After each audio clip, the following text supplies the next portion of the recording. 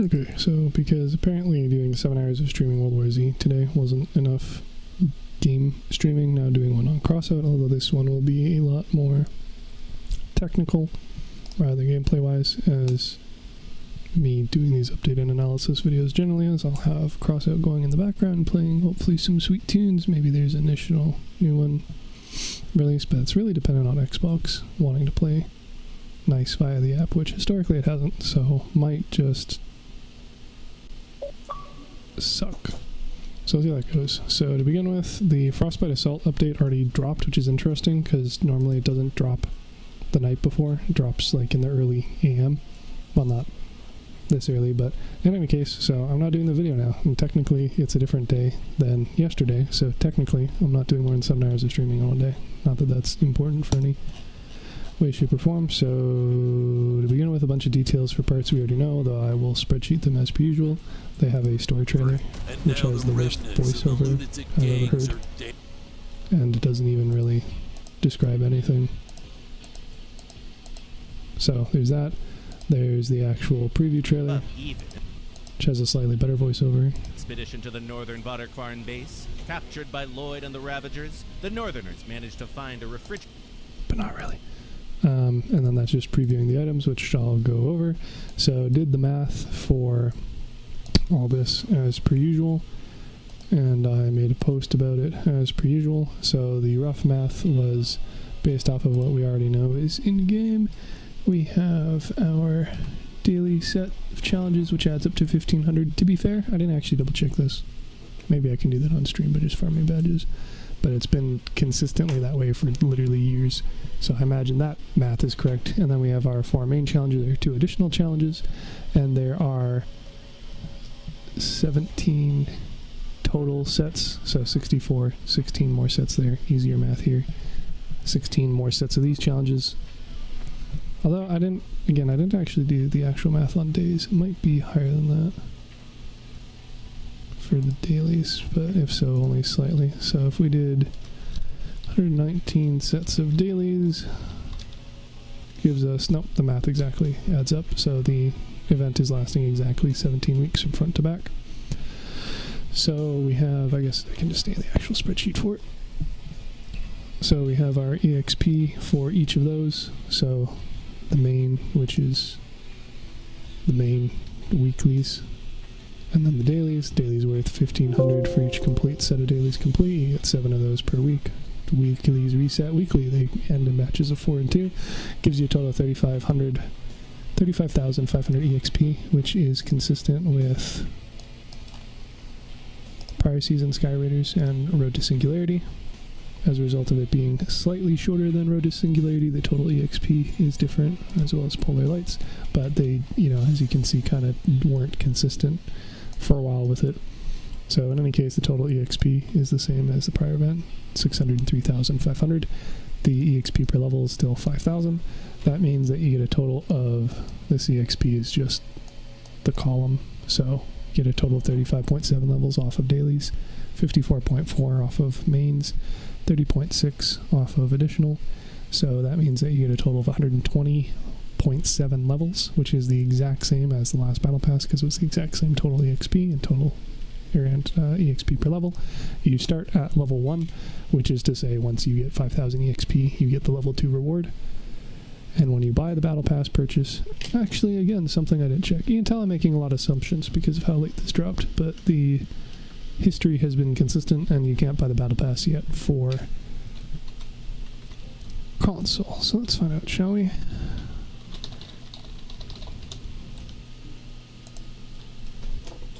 Feel pretty confident about the answer. But this is me doing my due diligence, not you. Even before, they didn't have it uploaded here either. Oh, there it is.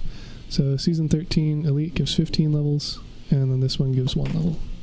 So that's still consistent. Excellent. So the max is 122.7 levels. It's 134, so plus 14 levels if you buy the Elite Battle Pass, but we'll get to that. This is the spread of the lighters earned based off of the level, and if it's free or paid, and then the total for that level. And then the lighter for that level and where it comes from, and then the total dependent on your reward stream, so whether free or paid. Paid does include the free lighters because it includes the free lighters. Then we have this go all the way down here. So at the end of the reward track for level 142 and higher, you only get 15 each time, but you can see there are a bunch of little pockets of quite a bit of lighters.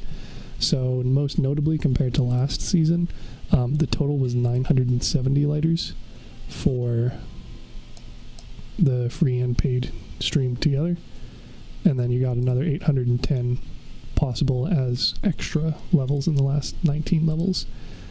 Whereas here, you can get up to 122, and you still have 19 extra levels, but they shifted the reward balance a little bit, so you get a significantly higher amount here, up to 1,500. If you have perfect attendance and you buy the blueprint, so that's getting level 122.7. So what that works out to be is going to be dependent on what you buy. You could buy a shit ton of decorators and builders containers, but you absolutely should not. I cannot stress enough how you shouldn't do that. If you're a newbie player, buying more specials is probably not a terrible idea, but epics are generally a better investment, especially because they're cabins this time around. And otherwise, if you don't need epics, or if you're just looking to get your most value out of your lighters, then getting legendaries is going to be pricey. So what this calculates here is just how many of each you can get. So if you have 650 lighters, you can get 1 legendary. That doesn't occur until you get to level 94. And then you have 10 lighters left over. After it considers how many legendaries you get, it'll track how many epics you can get, and then roll over and restart. So for instance, at this level, you hit 250, or rather above 250 lighters due to the breakpoint being significantly above it, but whatever. That'll let you get 1 epic and have 40 lighters left over. And that's the same if you choose to go the only epic route. Then once you hit 500 lighters, you can get 2 epics. Once you hit 650, you could get 1 legendary and have 10 lighters left over, or 2 epics and have 160 left over. And then that continues. So if you have the terrible timing of hopping in at the very last day of the event, and thus don't complete any dailies other than that one set, then you'll only get this much, which is going to be 84, which means I did this calculation wrong, because it's actually going to be 84 levels off of base. So I'm going to have to re-upload that, which is fun, but that'll take you to 86, because you get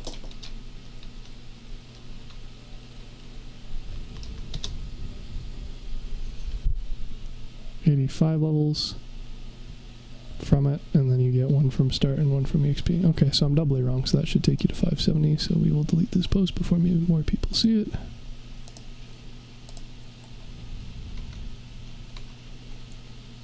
And I'll keep the comment there so I can copy paste it. So if you complete only these, then you get a grand total of 85 levels, and then you get plus 1 level from start, 1 level from BP purchase. So that is going to get you there. Or sorry, to level 87. So that'll get you there. Not me, definitely planning on having to do the math again on the stream, but that's how she goes, baby. So that'll get you there. If you do the Elite Battle Pass purchase, it adds 14 levels. So instead of being at level 87, you'll be at level 101. So that likewise moves down to there.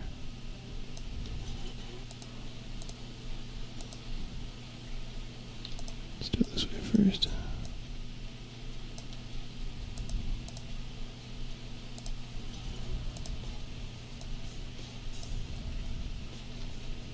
Then perfect completion gets you 122 levels as priorly discussed, 120 from the EXP, and then 1 from starting at level 1, and then 1 from the Battle Pass purchase.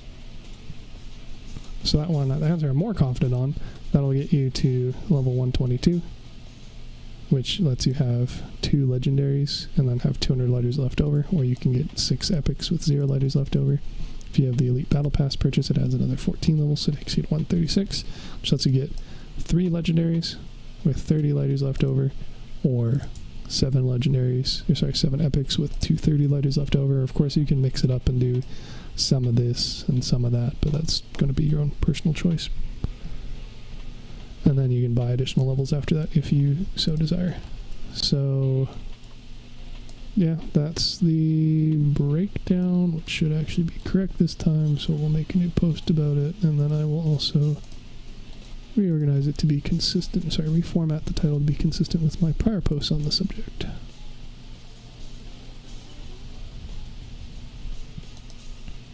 Not that one. I want the lighter calcs. Reward calculations. This was a week-by-week breakdown. We're not doing that, we're just doing lighter calculations, honestly. So I guess I had a bunch of different formats. Fun. Yeah, Polar Lights EXP lighter calcs. So cross out resource.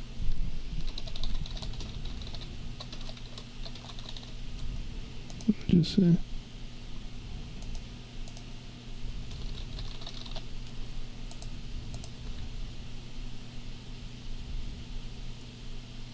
And the Xbox app dies.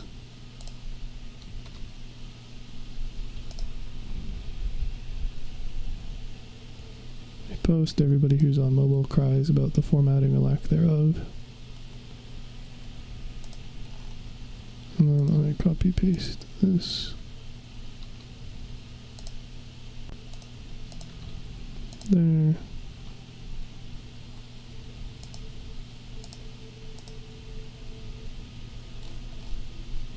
And then delete that so it doesn't show up in the log either. And we cry for those 17 viewers who saw it to begin with. And then we can also probably toss the stream link in here, because why not?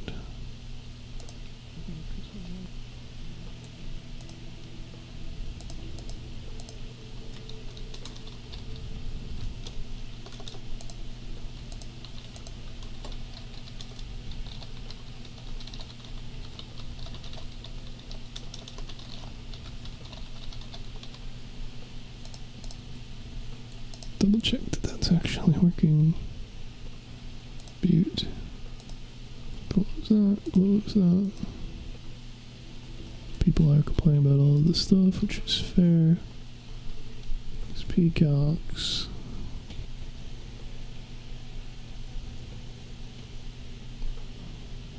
So yeah, literally, effectively double the rewards. Kind of a big deal, baby. So this is, this doesn't solve all the issues in the game by a long shot, but this is pretty fire.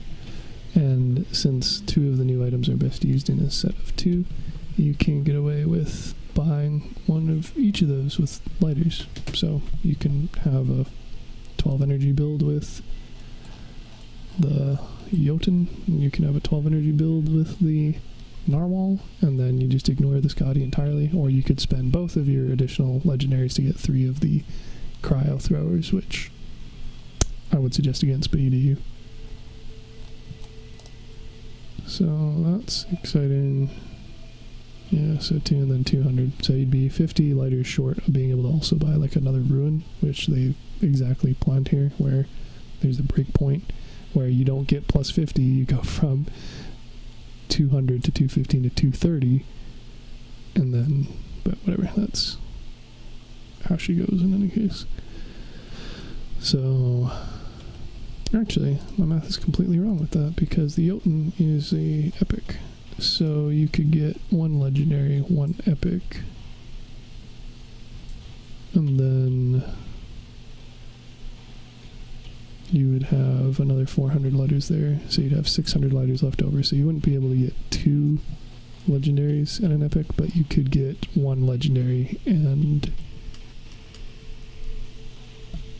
3 epics, which actually might not be a bad idea considering how good the ruin is probably supposed to be. So if we just go on the game real quick to show actually what I'm talking about. So you get generally 1 of each of the new rewards as my controller locks up, because of course it does, because the Xbox app fucking sucks and does that every now and then. Disconnecting doesn't even seem to fix it.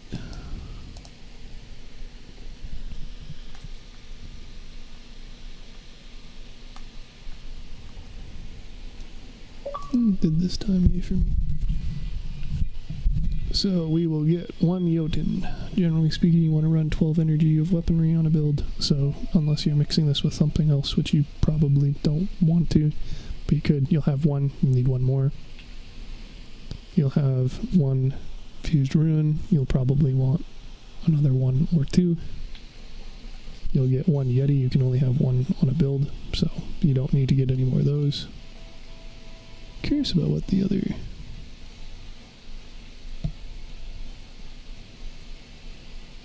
They don't even include the cooldown time, but there is an 8-second cooldown on the Yeti in the live stream. Curious about what the other fusions for it are. Probably gets rid of the cloaking time fusion in favor of the invisibility reserve instead. You get 1 Narwhal, you'll probably want to run 2, get 6 energy, 12 energy as per usual. The Scotty, you'll probably want to have 3 in order to make an effective build with it. Finwheel, you can only have 1 engine per vehicle, so you don't need to buy duplicates of those. Whalers, you can only have 1 cabin per vehicle, so you don't need duplicates of those. So that basically means that with your 1500 lighters, assuming you don't want any of these regular rewards, which you could also do, you could get 2 Scotty, so you have 3 Scotty, or you could get a Narwhal and a Jotun, so that would be those together. Lamau. Thank you, Xbox, very cool.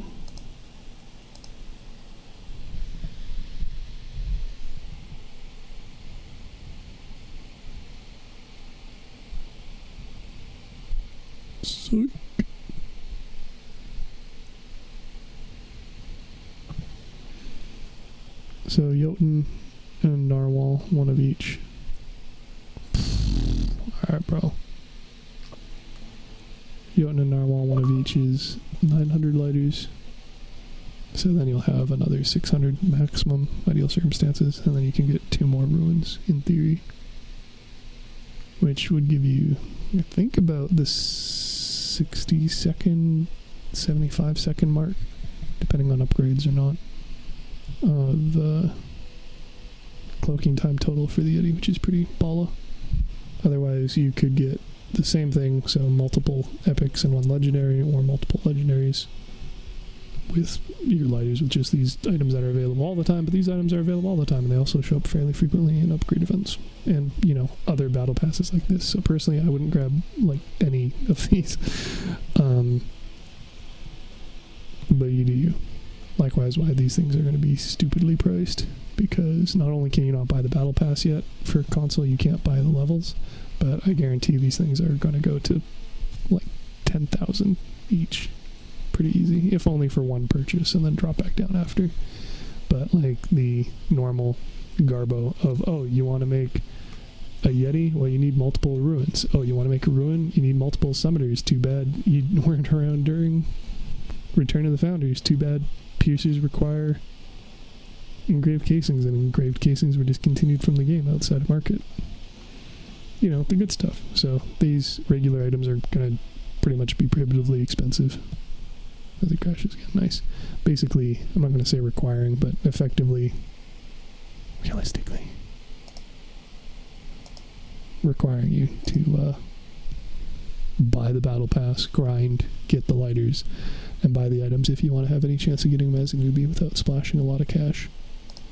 But you're either grinding with your time and energy in-game, or you're doing it in real life and then spending the money you get from doing that in real life in the game. So, you know, pick your poison. But again, not needing to get a second Yeti, a second Whaler, or a second Finwheel simplifies this process quite a bit. So I'm not going to say they're going to be making it user-friendly, but it is ergonomic. Dude, why is this app having so many issues? Obviously, it's a spreadsheet I have in the background. Discord. Just eating up too much RAM. Om nom nom.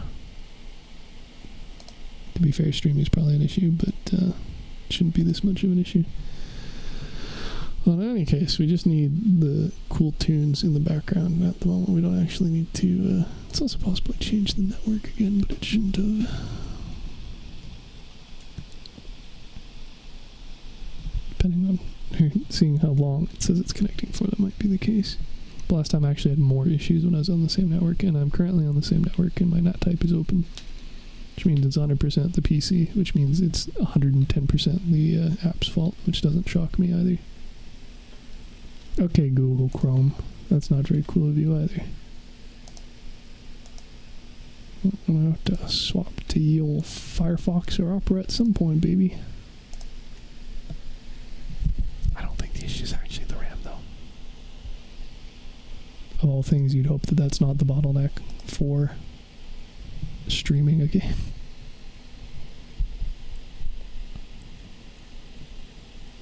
That's fine. We don't need to look at that for now. We can go back to reading the patch notes. Gotta get those groovy tunes, though. RIP mammoth prices once everybody hops on and sells them, because they're like, oh, I'll just get the fused ones from the Battle Pass. There's a neat little tip from Bronze if you want to hop on that market, because people are going to grab those. How many people? Who knows? There's going to be people who do that. Okay, back to the list. Blah, blah, blah. Parts, we can spreadsheet that. Structural parts, they're OP. It's the short. New raid mode. Fun. No known leaderboard. But I'm assuming there is, because they generally do. But there's no known leaderboard currently, at least on console, because the event doesn't drop until the 15th, day after Valentine's Day, or the day of Valentine's Day if you are in, EU. And so it doesn't tell us the rewards or the leaderboard for it. They also wiped other leaderboards, which is interesting. So it only shows those 4, rather than the ones they had beforehand. That's fun. And then, like I said, you can't select this to see the potential rewards or leaderboard for it. Fun. Let's see, they changed the locales of things, so now armored aircraft can play on those maps easy. They got rid of flying carriers, which were a map environment object. They improved the environmental objects on Clean Island, which was fun. They improved those on the testing areas. Nice. Movement parts. So most of this should just be the same as from the patch notes, and should be pretty consistent with what you'd expect. Except Dawn's Children was significantly nerfed because it was like a 65% damage reduction. And it is a reduction, not a damage resistance, so it's pretty crazy effectiveness. But 50% is still fucking crazy. So we're going to have to do more math on the structural parts thing, which has never actually been up to date. Okay, great. So hovers are now not going to hover as well when they're with other movement parts. Great.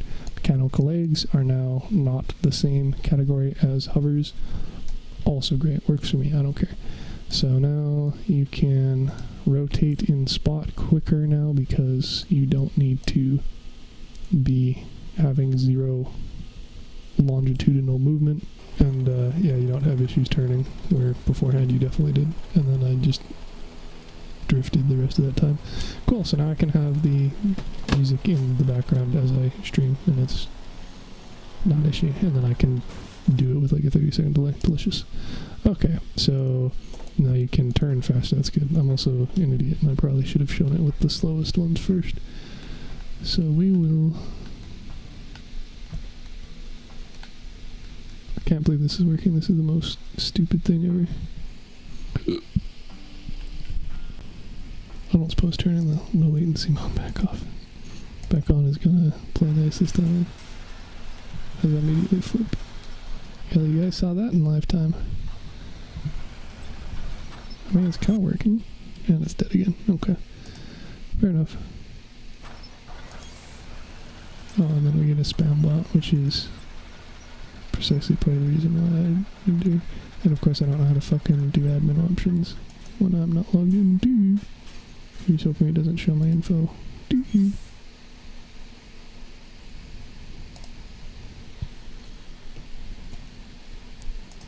My streams normally suck. This is the worst by far in a long time, and I apologize for that. But that's right, because I already gave you guys the important info, which is the lighter stuff via a post. So, get over it, Lamau. And also you can, just stop watching whenever. Let's see. No, we do not want to pin. No, we do not want to... Yeah, we want to get you to... I don't know what blocking is different, so we're just going to get rid of the bot. Thank you. Great. And then they get to keep their ad on my screen anyway as I just leave it open while I do this. Wow, low latency mode. Why can't I just crank the quality to like 0, bro? It'd be beautiful. I also don't even know what mini player does because I don't use fucking Twitch. Okay, well, if it's only gonna work for like 15 seconds that time, we can maybe get this working. So I jack up and then I turn. This isn't any better. Oh, and then it just acted super weird right there. I don't know if this is any better. I mean, you can definitely do your, like, donating with it, kind of. Doesn't help that I'm running a backwards build. But I think this thing might just be slow enough that it literally doesn't matter. Oh, it really doesn't like me doing that. Okay, probably because it's backwards. So let's try to do backwards and then just try turning on the spot. Yeah, like, it doesn't do it any better than before with the Goliaths at least. But when I was going, like, if you tilt it a certain way, then it starts going the opposite direction and then it just goes back to, like, spinning in place. So I think probably more a improvement on the faster tracks. But, like, right there, like, you can kind of see that I can kind of spin faster to begin with, but it's,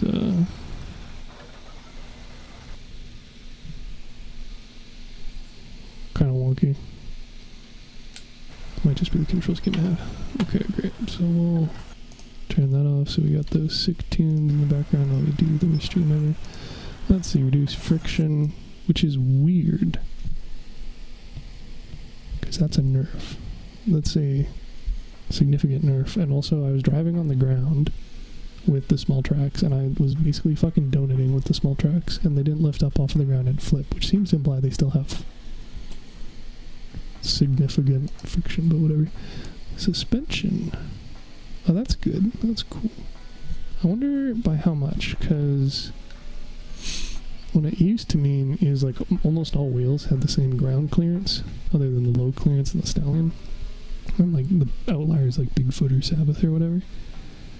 And then like the augers had like additional clearance, and the tank tracks had additional clearance, but Goliaths were the same as regular wheels.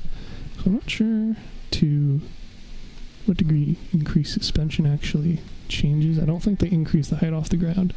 I imagine if anything they just mean that like the bopping up and down, which is the real world equivalent to suspension, I guess, is more... Oh, yeah.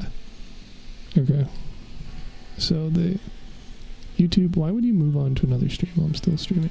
I'm literally monitoring my other stream. It's like, oh, time to go do a workout mix. We both know I don't work out YouTube. Thanks for your confidence, though.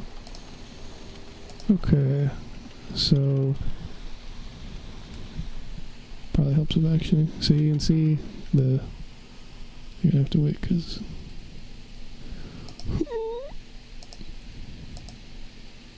Get angry. There we go. So you can see how those tires are, and then as soon as you get off the edge, they like fucking pop down a lot. So you don't actually ride any higher, but the wheels will drop further, which means when you make sick jumps, it looks better, I guess, in theory. Great. Wheel power scores. Love that they unified it. Hate how they ununified all the fucking hardware. So this is probably part stuff. Yeah, let's see if there's anything else first.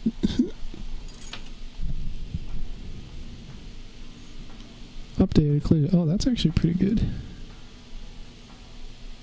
This was annoying. I suspect what they probably did is they made it so that the barrels rotating won't update the line of sight calculation, because it would check only one barrel, and when that barrel rotated, it would get blocked by things that are 1 pip underneath, even though when the barrels fire while spinning, it only shoots the top one.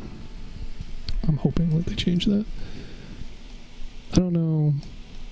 I'm assuming they nerfed these because the maces were enormous. Or sorry, not. They were enormously tiny. They were stupidly small.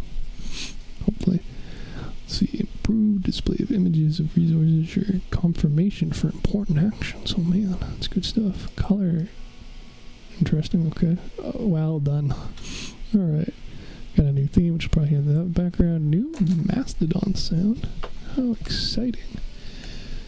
Why don't we see what that's like? Now I just gotta wait for it to occur on the stream with the delay.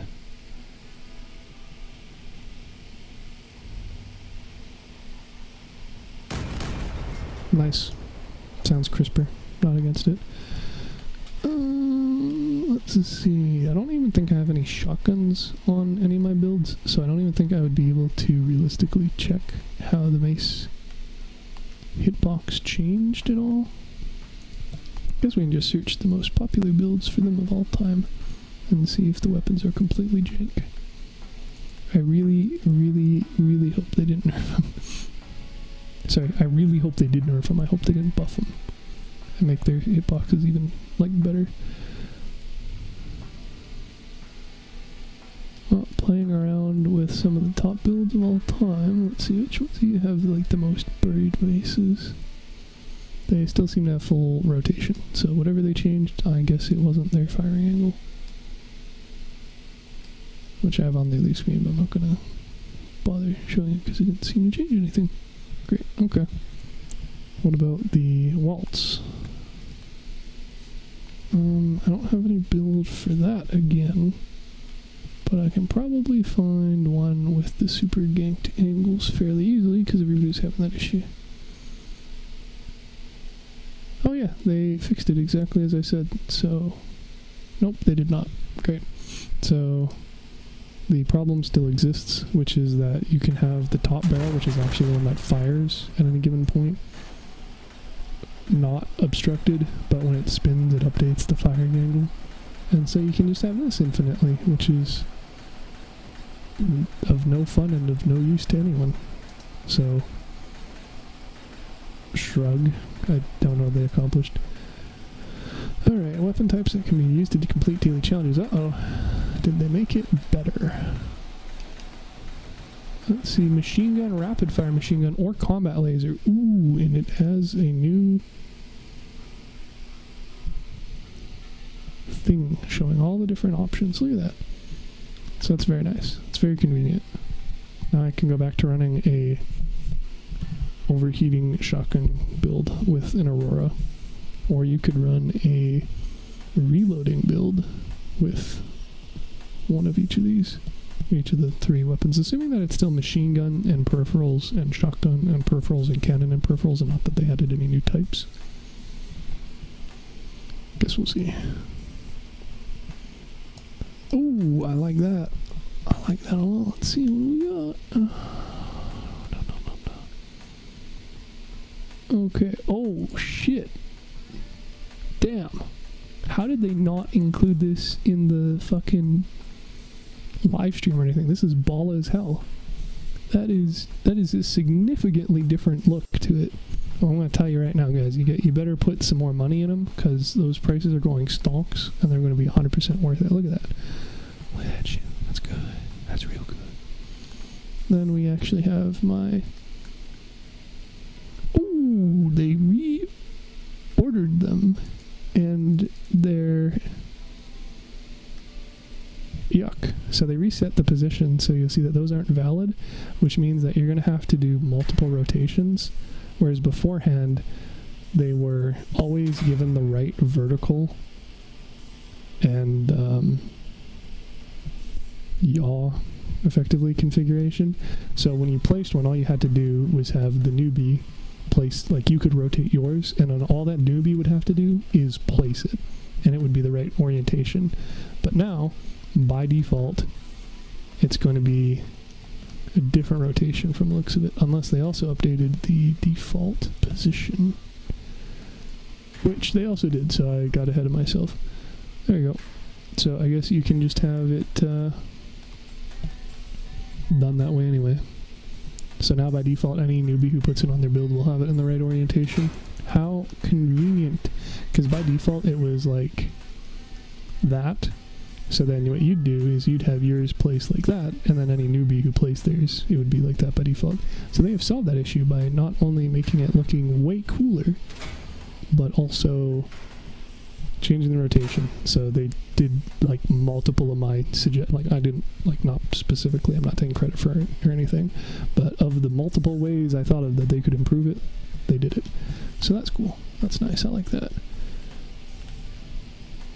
So now you just place those bad boys, and then somebody places it on theirs. Boom, bam. I'm gonna have to update literally every Fusion build I own. That's alright, because we already have to update literally every build I own, because they change so many things with each update. But I think it's probably going to give a lot of builds on the exhibition issues, especially because some are going to be things that people don't have the parts of anymore. Oh, so that, yeah, is clipping pretty heavily. Which also means that that is probably cheating a little bit. Yep. Alright, well that's honestly improvements all around. I'm not opposed to it. You can also see what the new animation is just with myself, because I can't actually link to anything because there's nobody else on at the moment.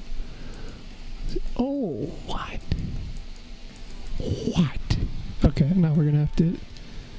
Damn it, they hopped off. Damn it. Let's see, can I link with myself? I don't think so, because I can't convince a bot to link. Otherwise I could go into Link PvE with it. Shit. Oh man. I want to know what the link is.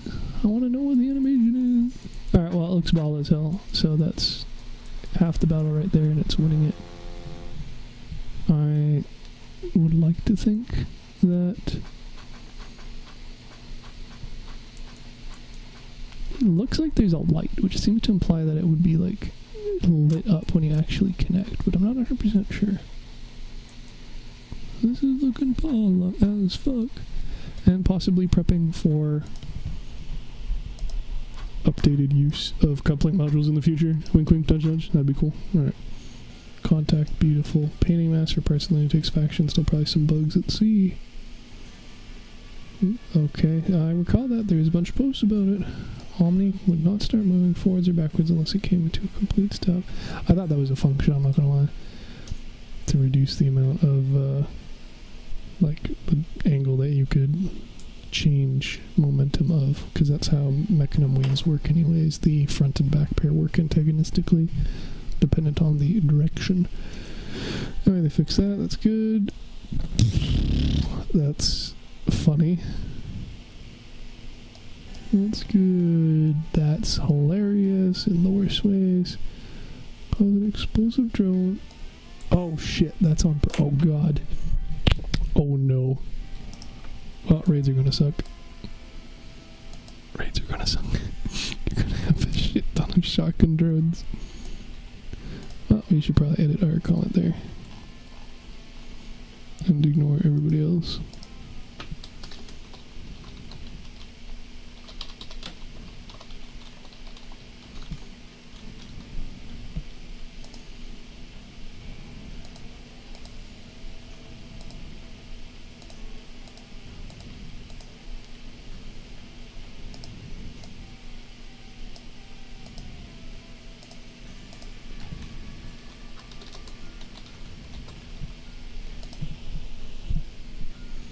So we're just gonna get swarmed by shotgun drones. That's gonna be fun.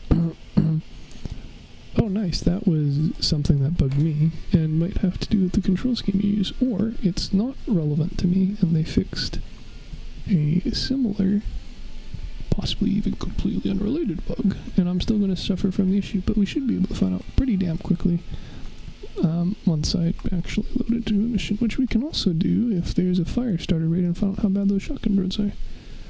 Well, what do you know? Here's a frontier defense on Fortress with the fire starters. Let's see how fast we get through this shit. I'm sure there'll be others. See, collision is good. Incorrect mirroring of models on wheels. Interesting. Temporary to be blocked after being like, what the fuck? What a weird thing. Alright, well, glad they fixed that. Even though this is like a terrible combination, do not use these things together, please.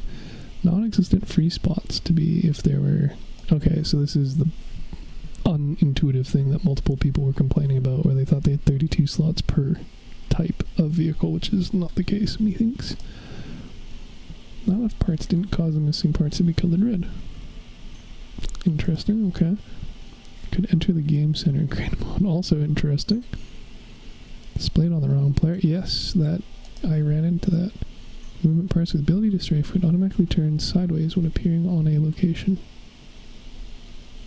I have no idea what that does. I'm assuming on the map. Could be wrong. Survive into the cabin. What? Well, that would be super trolly on like Ravager's Foothold.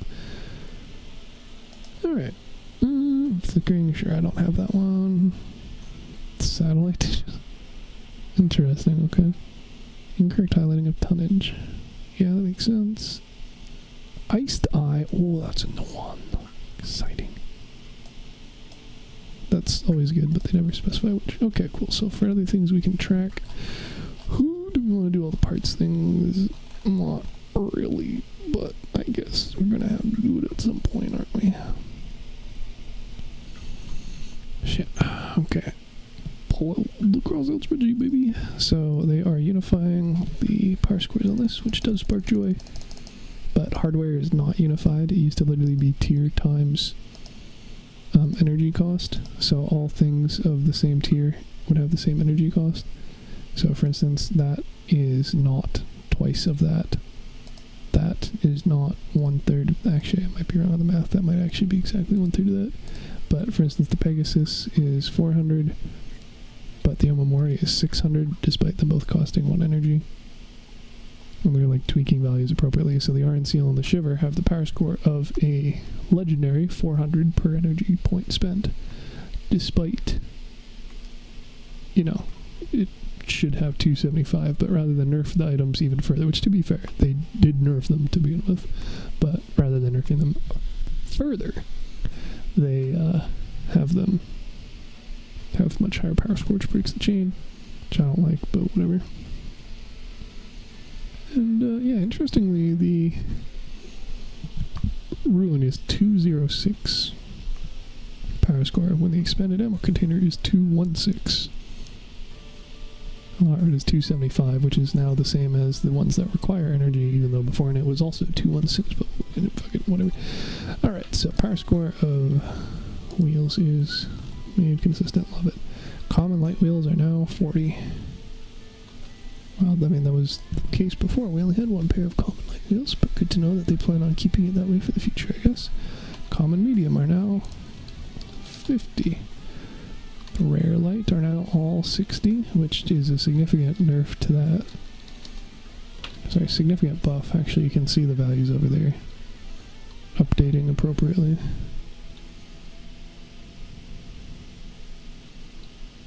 Actually, it's changing literally nothing there. What? Oh, because none of these are calculations per power score. There we go. So you can see that changes that quite a bit, and then reduces those a bit. But low clearance are also completely cracked and also completely overpriced because of their very, very, very extreme exclusivity. So, not shocked. Then we got 70 for rare light.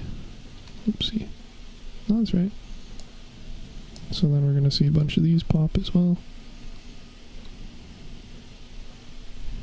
So, yeah, significant changes overall. Not that anybody really keeps track of these things other than me, as I'm showing you right now.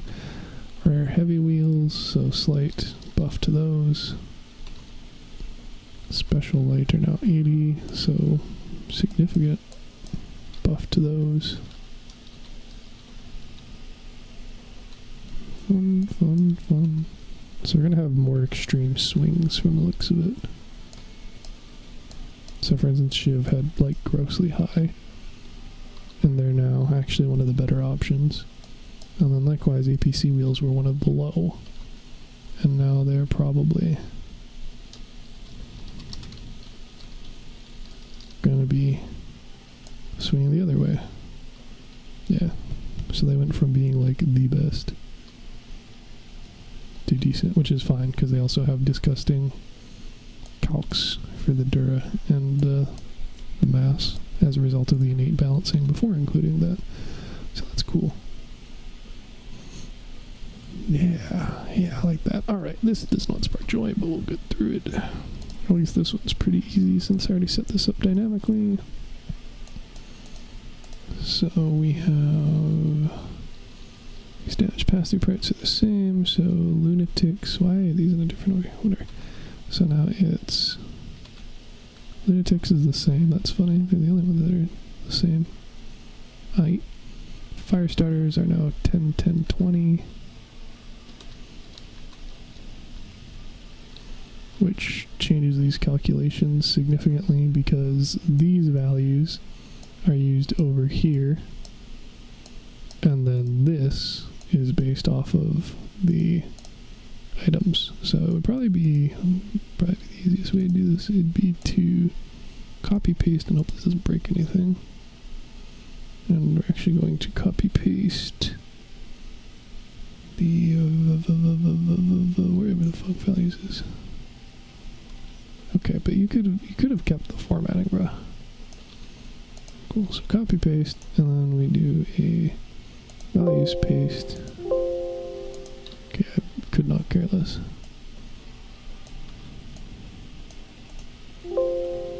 Okay, the game cares. Great.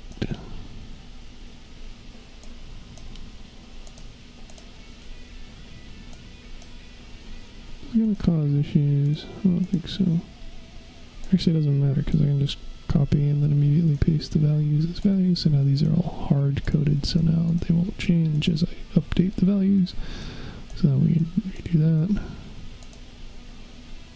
And then, so that's the old values, and then this is the new stuff. So now this is 10, 10, 20. So you can already see a little bit of shifting. It'll be more obvious once we have all of them updated. Engineers are now 20, 20. The nomads are 30, 15, 15.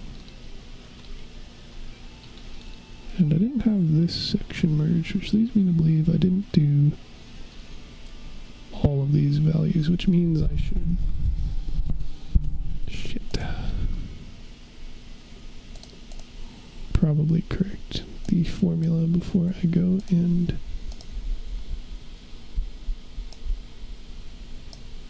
compare them, unless it worked out. Which it might, because it looks like it probably just did first match, so having it not on the second cell doesn't matter, I don't think. So for instance, if we get rid of this, well, actually the one that's still hooked up dynamically, then in theory the nomad helicopter part values here should not update because it'll just take the first value. So I deleted that and it's still showing the values there. So I guess we're good, which also means that I should probably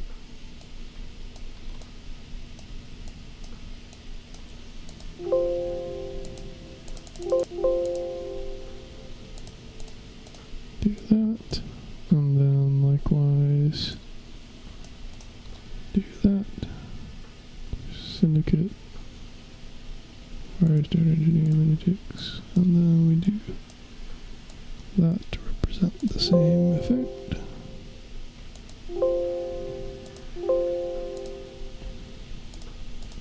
And then these values should still all be correct and not zeroed out, which would be the issue if it was matching the correct one, but all parts of a faction have the same damage reductions despite the actual parts of each subtype being different and the resulting calculations being different, which is like most apparent with these. Just kind of weird, but whatever, I'll take it. Great. So that's fixed, so that should actually look like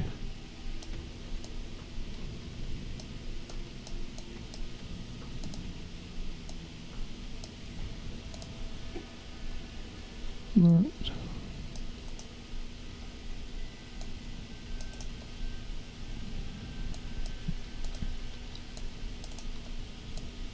Yeah, so glad you could join me on this ridiculous excursion. Hopefully people aren't telling me that I'm wrong on math already.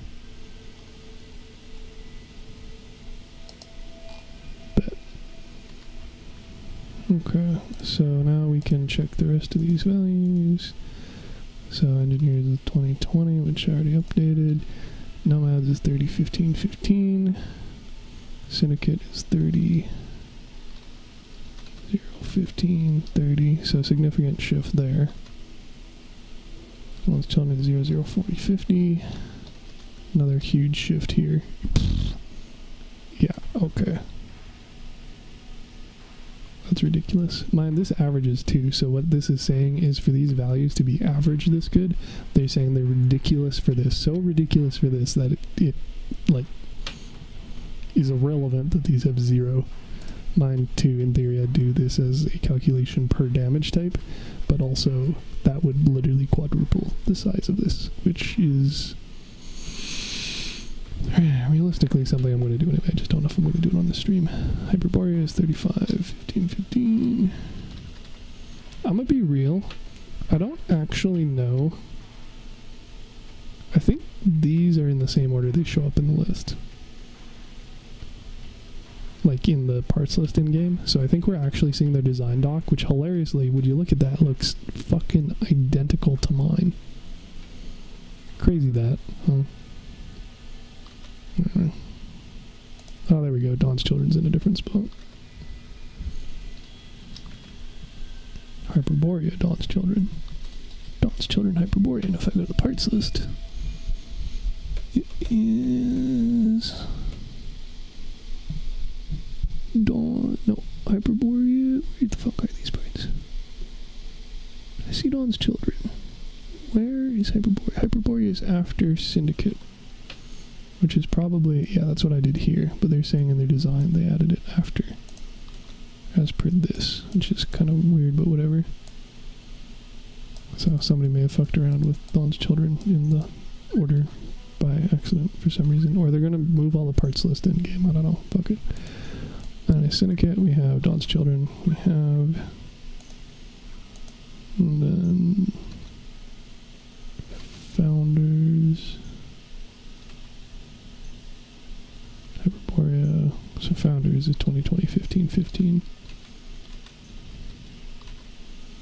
And then 15, 35. And then 15, 35, 15. So significant shifts, although again, this is just overall effect. So likewise, that is a huge outlier as a result of these being multiple fairly high values. And this is an enormous outlier due to this being an extreme buff. So for instance, if we check the Dawn's Children Mars rover parts, then you'll see that they have significant increases to their thermal and energy durability compared to their melee bullet explosive raw, due to having the 40% damage reduction, 50% damage resistance. Which also means that as a result,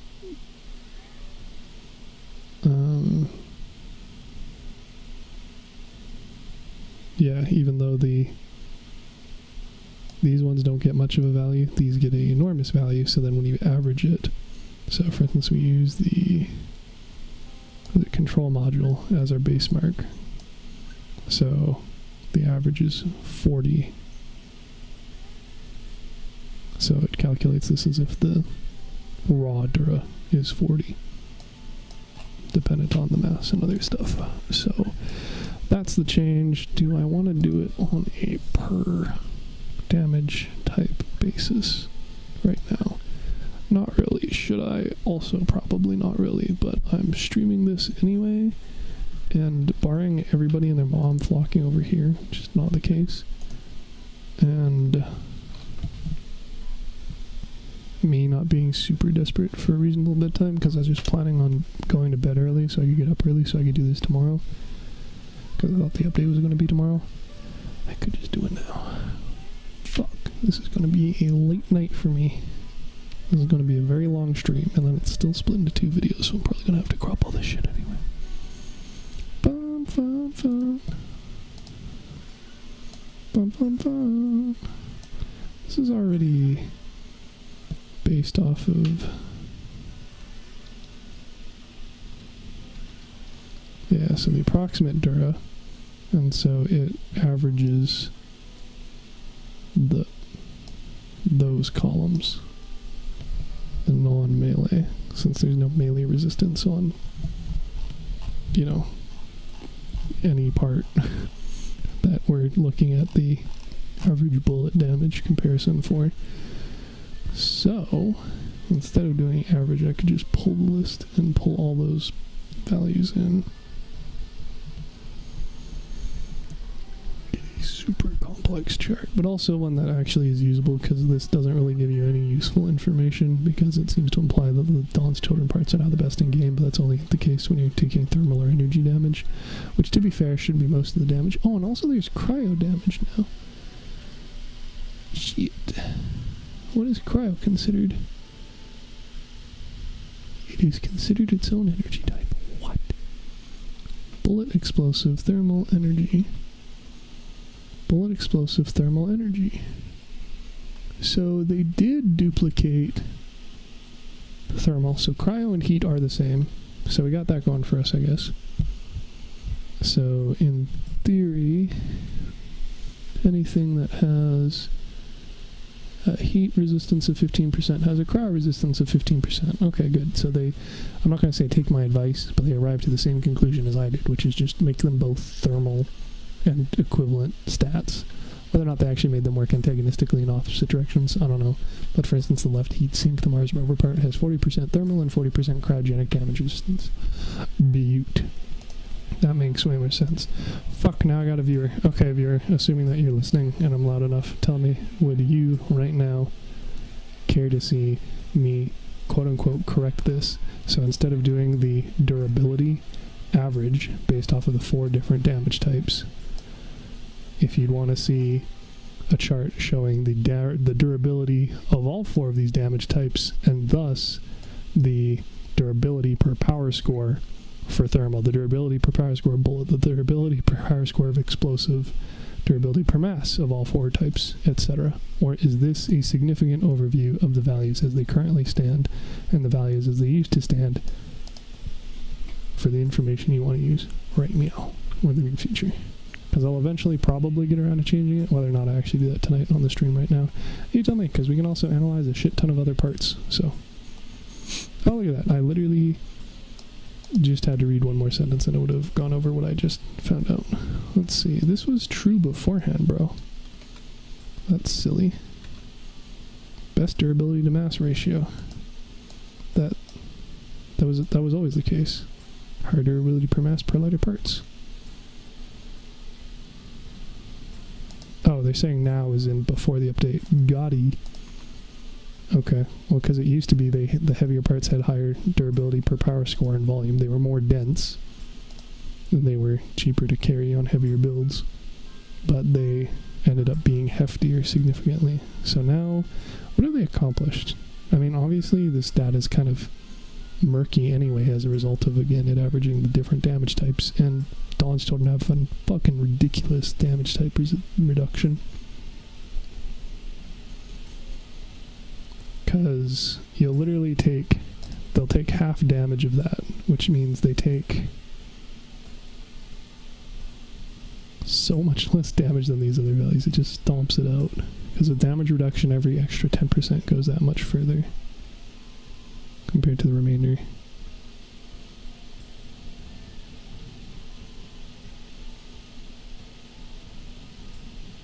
Ridiculous. I don't really know what this accomplished. I'm gonna have to do the full math. The one watcher who potentially isn't hearing what I'm saying isn't even responding on whether or not they want to see the math, so I'm gonna do the math some other time. Nice. Good job, Brando. Love it.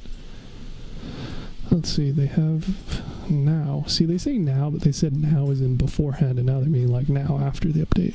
Fuck, okay. The same ratio can either severely weaken or conversely greatly strengthen heavy builds. This doesn't make any sense. That's literally what the design is. The design is literally kept. What? The heavier the faction, the higher the damage resistant values of its parts. Bro, are you just pretending Dawn's Children isn't a medium faction and has the highest values in the fucking game? What? Lightweight parts have a good ratio of durability and bonus to cabin durability to mass, which is true because that's originally what it is. The durability per mass is good. Turns out the durability per mass is still good, except for those extreme calculation outliers. Approximately the same survivability against different types of damage. But again, you have the highest on the fucking Dawn's Children, which isn't a heavy part. Dog, what? I am confused. I am Jack's complete and utter bamboozlement. Alright, heavy parts have a lower durability. Will there be a different choice against different types? What? This has got to just be a translation barrier. What they're saying doesn't make sense with, like, what they're saying. Like, I mean, to a certain extent, yes, if it's a heavier part, it has more damage resistance. Okay, sure, that kind of makes sense, although it doesn't really change the positioning of these values compared to before. But also, you gave the grossest increase to a fucking medium part, which kind of throws your entire... to all of the medium parts. In fact, they got significantly boosted. And, like, the other ones, not as much. So, the heavier parts are now worse than medium parts, depending on the damage type. I mean, having it be conditional depending on the damage type is fine by me, but, like, the lighter parts still have shit durability. And giving them 5% more, but then giving heavy parts, like, 20% more damage reduction means that the effective durability just fucking skyrocketed on the heavier parts, which seems to accomplish the exact opposite of what you're saying, where you're wanting more effective durability for lighter parts. So they're decreasing the durability to mass ratio. Except they didn't. They actually increased them for the average damage type. For all of them. So they actually narrowed the bracket from 0.47 to... or what was it, 0.41 to 0.55 with the outlier, to 0.47 to 0.55 with the outlier. So they tightened this, and now the outlier is even more of an outlier. Oh, what? Fuck, I'm gonna have to do it on a per damage type basis. Shit. Fuck. Alright, I guess we're doing it on the stream right now, because I don't understand what they're saying, and I have a mighty need to. So, first off, let's see. First off, these values are static, so they're not going to update, so that shouldn't be an issue, because I can just copy over the new values as appropriate based on the new formatting. So we can do insert, insert, insert, insert, and then say our, and we're going to ignore melee durability. So then we have our damage reduction over here, which we're going to move over there, which is probably going to break it. Nope, because it's a X lookup. Wow, these formulas are not good. This fucking eats calculations. That might explain some of the voting problems. Okay, cool. So we have the damage reduction, which in-game is listed before the durability and mass, after the power score, but whatever, this is the most logical place because the calculations are going to proceed from left to right. So I guess theoretically we can do power score before, as is listed. So we have our...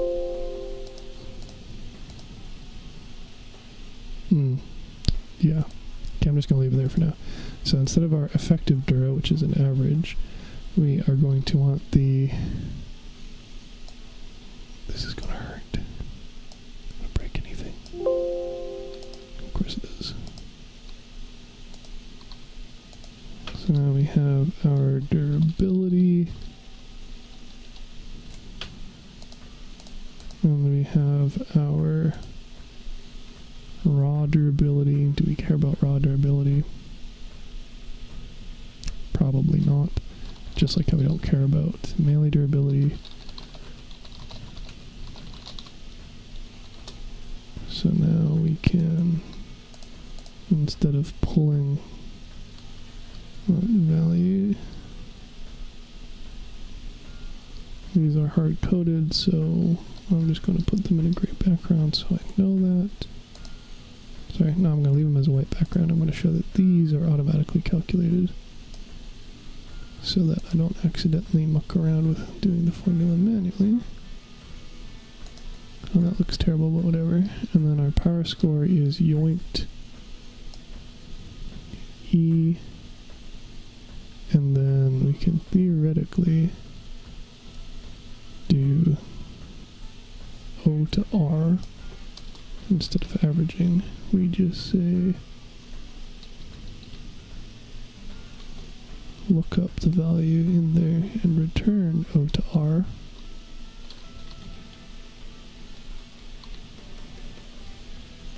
And then that will show the corrected approximate health values with rounding and shit for the different damage types.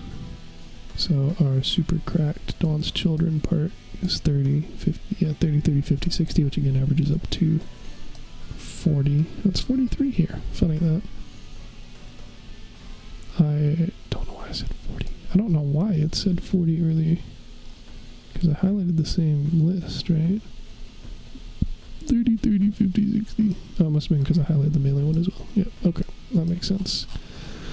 Boop. So we now have the stats of the durability, and then the other part stats, which this looks horrible.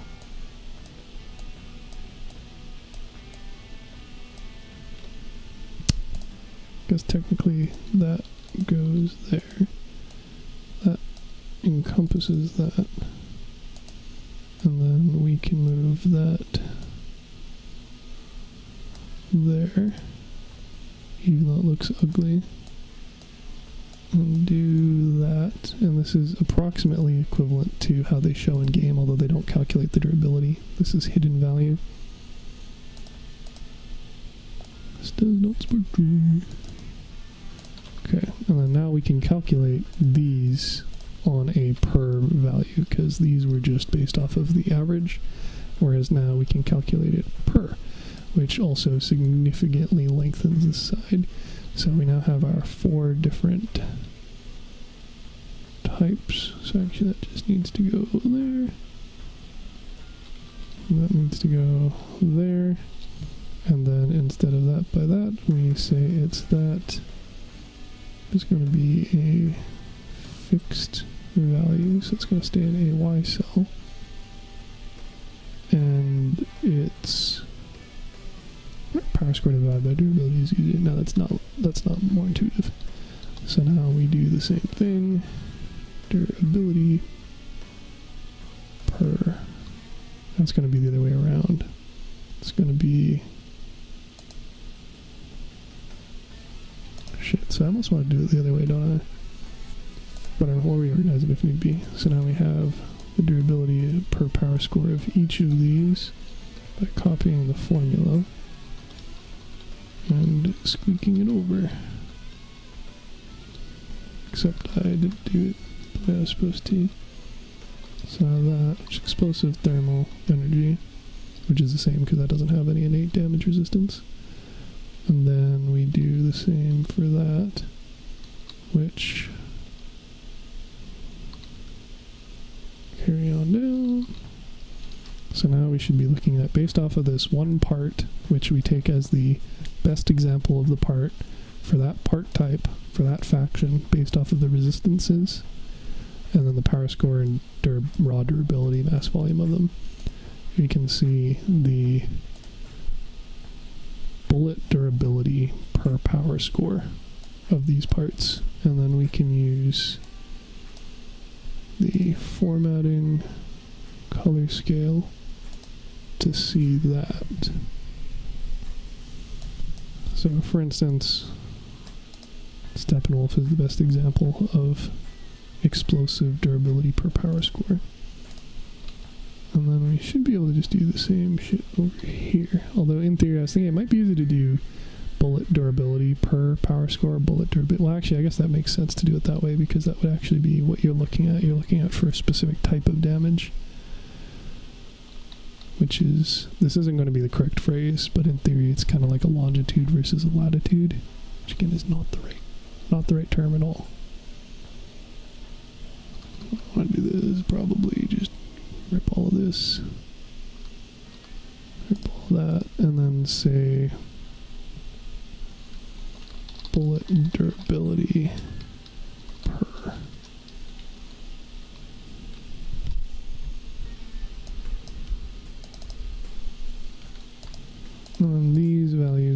based off of that value, that column.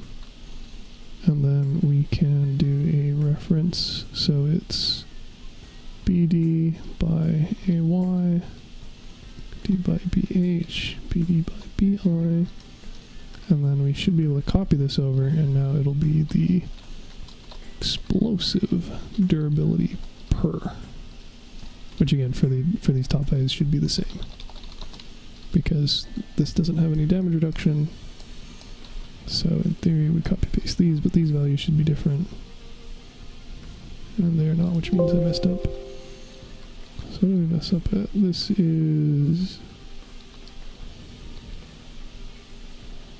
I did the wrong.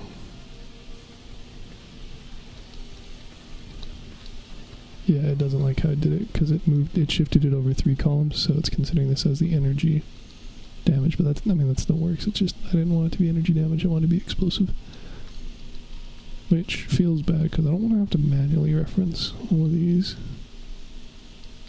So would it be easier if I turn them into columns? Let's see, equal that divided by, oops, that, and then it should spill. Will it spill the values I want? Yes, so that simplifies the calculations quite a bit. And then we can also do that for the mass, which is probably going to cry again, but whatever, one thing at a time, baby. So now we do the mass.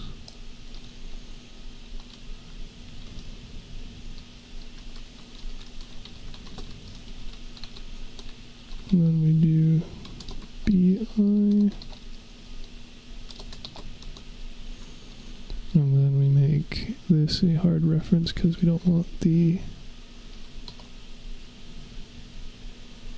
column to change. So we don't want the column to change here. So we don't want the column to change here. So in theory I'll copy, I'll do the same thing, it'll jump to thermal rather than explosive because it's moving 3 columns to the right in its size rather than 1, but that's fine. Now I just need to update these 3 values. So for instance, I can just drop, and then it gets dumb, and then we adjust this to say it's based off of explosive, and then we can copy this.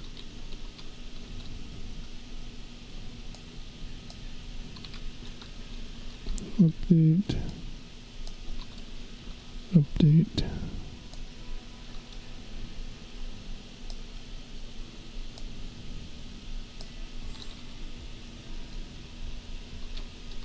If I were smarter, there's probably a way to make the cell 1 instead of 3 columns of calculations, just have it be 1 chart, but you know what?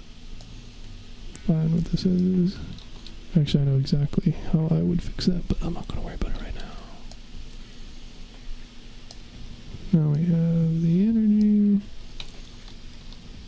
so we copy that, and that. So we now have, for a specific damage type,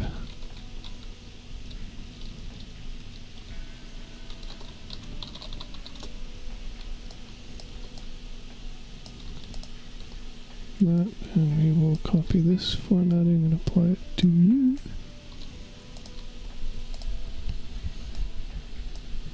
So now you can see for energy weapons, regardless of which stat you're looking at,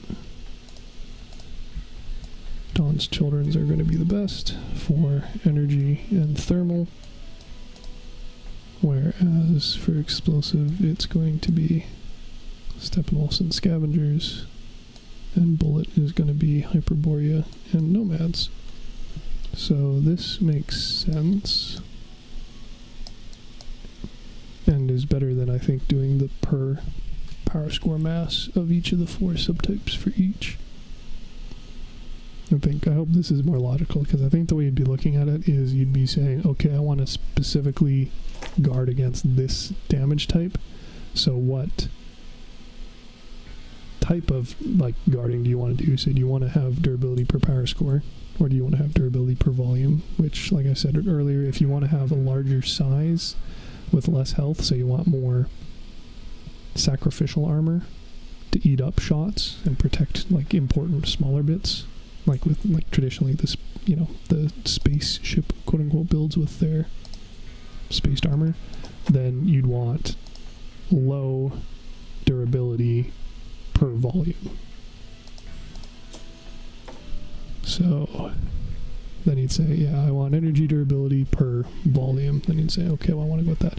But again, this just proves my point even harder with the color things. Like the Dawn's Children is just so fucking good for 2 entire damage types, and thermal is fucking everywhere, because heating is everywhere because it doubles your damage, and now we're also getting cryo damage. So this is ridiculous. My eyes. But I guess we'll see. These conditional formatting stripes should also only be within their column. So, for instance, this isn't comparing with this. I don't think. Oh, I hope this is going to be messy if so. BMBP. No, it is. BMBP. BS. So it is actually comparing, which is fine, I think.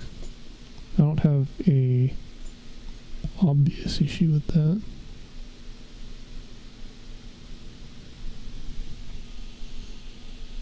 It's kind of messy, but I'll just, whatever, leave it as is for now. So I think that's okay. And then if we wanted to compare it to the earlier values, I'd have to recopy this and then put in the old values. So we'll copy paste this and deal with the headers some other time. And our old version would be running these instead. Oh, that's not going to update anything because the sheet isn't linked to these, it's linked to these. So that was an exercise in utility. Unless I really want to be silly and reverse the calculation. But if it is x looking up, then in theory we can do this the other way, push this above so it returns for the first result. And then the chart should update. Nope, it doesn't update. Okay, fuck it. So that is not a useful thing. But I am curious, so I think I'm going to do a bad thing and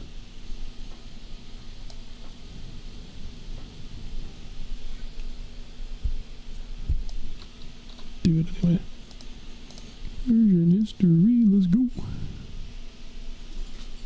It's thinking. Thank you, very cool. And then we want a it thinking butte, and then we're going to go back over to the structural chart, which is not that way. And we are going to yoink these values.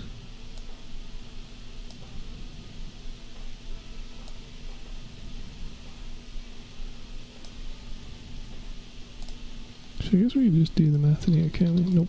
So we could restore it as a different version. This doesn't overwrite it, right? Okay, it doesn't like that. So how can I do this? I could...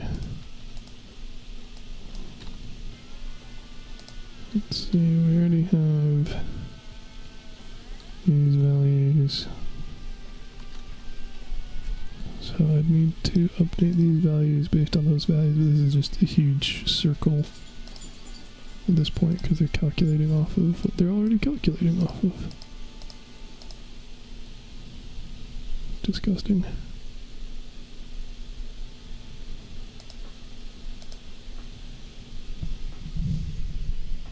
Ugh, what is the easiest way for me to do this? Probably just reversing the calc, to be honest.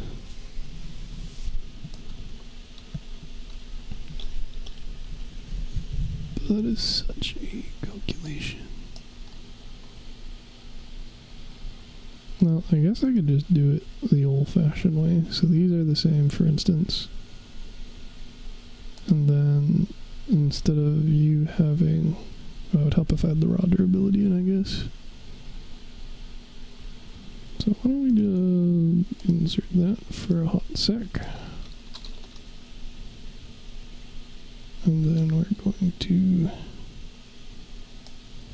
do that formula, but instead of and R, we're going to do M.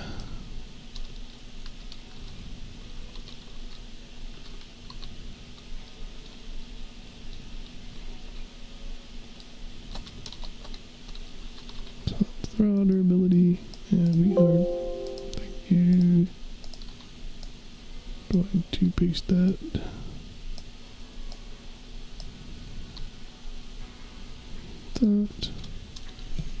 And then we'll just do the new calcs off of that instead of doing the loop around. So instead of pulling from there, which begs the question, how do I even pull from over here? Oh, because this is for everything and this is just for the specific parts we care about. Makes sense to do a lookup that way. So now instead of the raw divided by 1 minus the lookup, we'll do the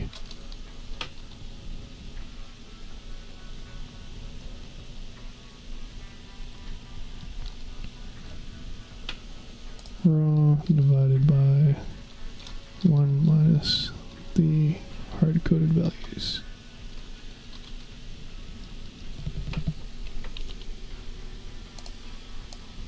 And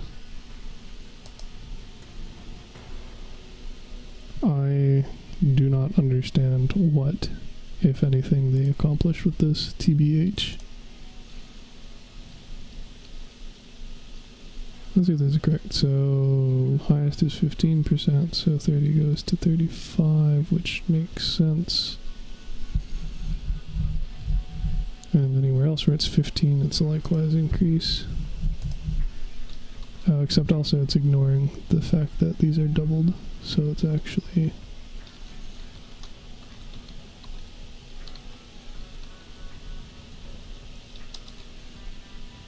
that. And then we will carry that change down there, and there, and doesn't change the math. Why not?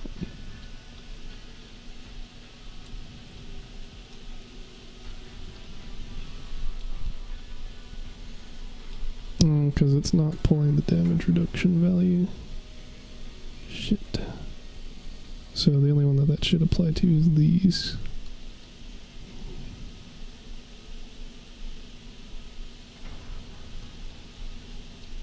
That's fine.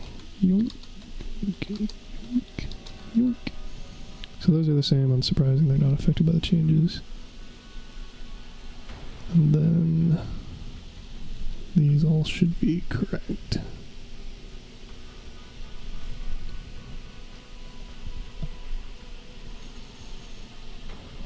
I really don't know that they improved anything with it.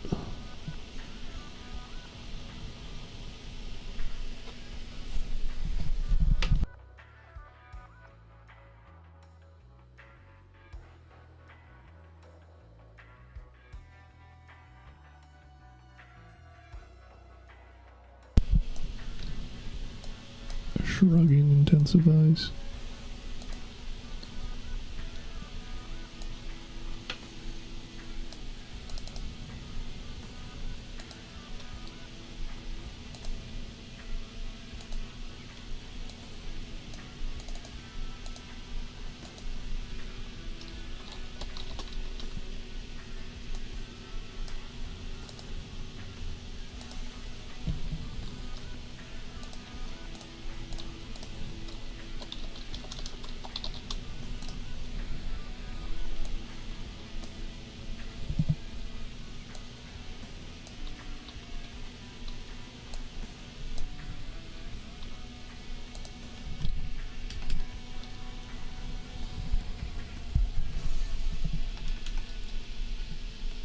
Oh, well, they got the season pass up, which means that there are going to be people selling the new items for tens of thousands of coins now.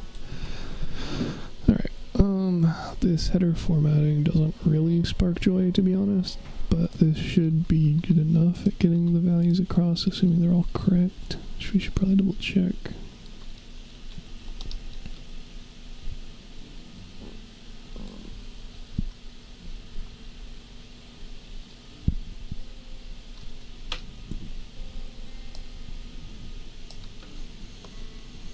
I guess we'll make another post about it, maybe, assuming that we're right.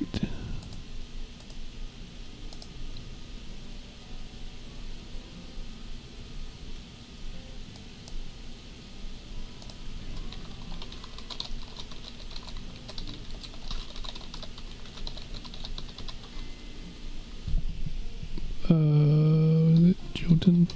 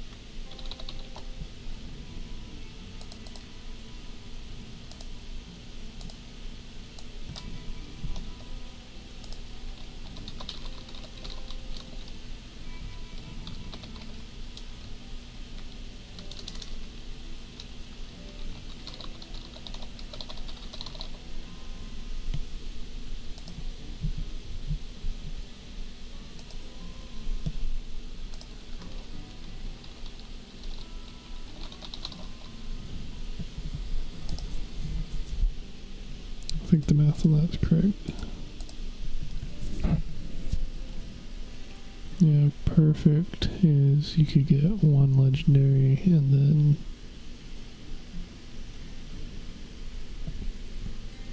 math. Pretty sure it's 650, 1500 minus 750. Yeah, okay.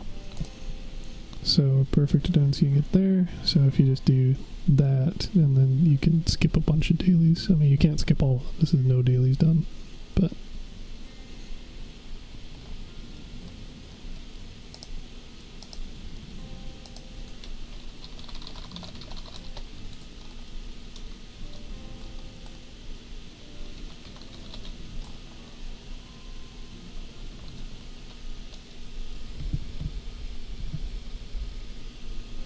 I guess that's kind of already shown with the thing. Great, okay, let's see, somebody, yeah, great. And then we're going to do another post and probably not be wrong about that math immediately as well. Structural part. Probably not be wrong.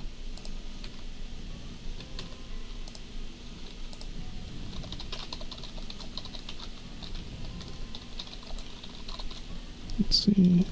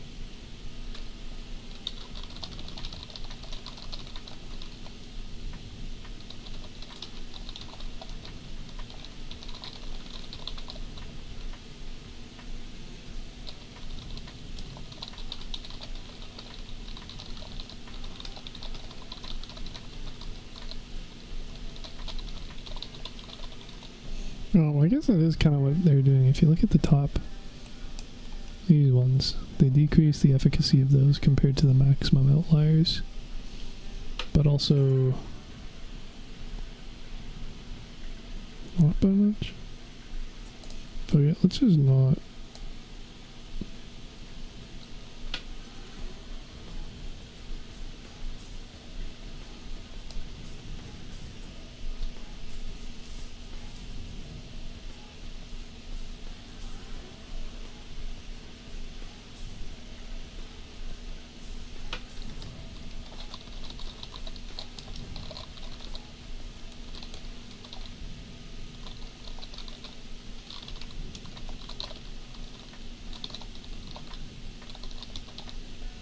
Yeah, because I guess the thing was beforehand, you basically always went with the lightweight ones, right?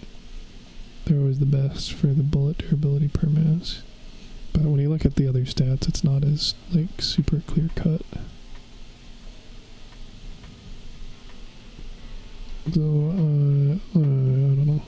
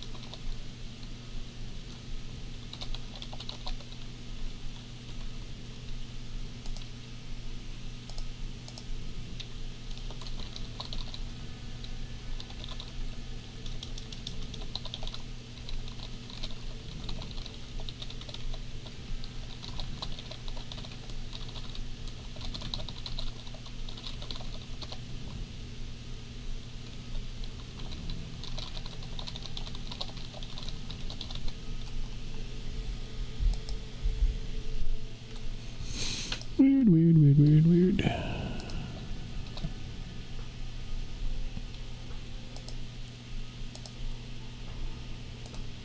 Okay, great. We got that sorted out.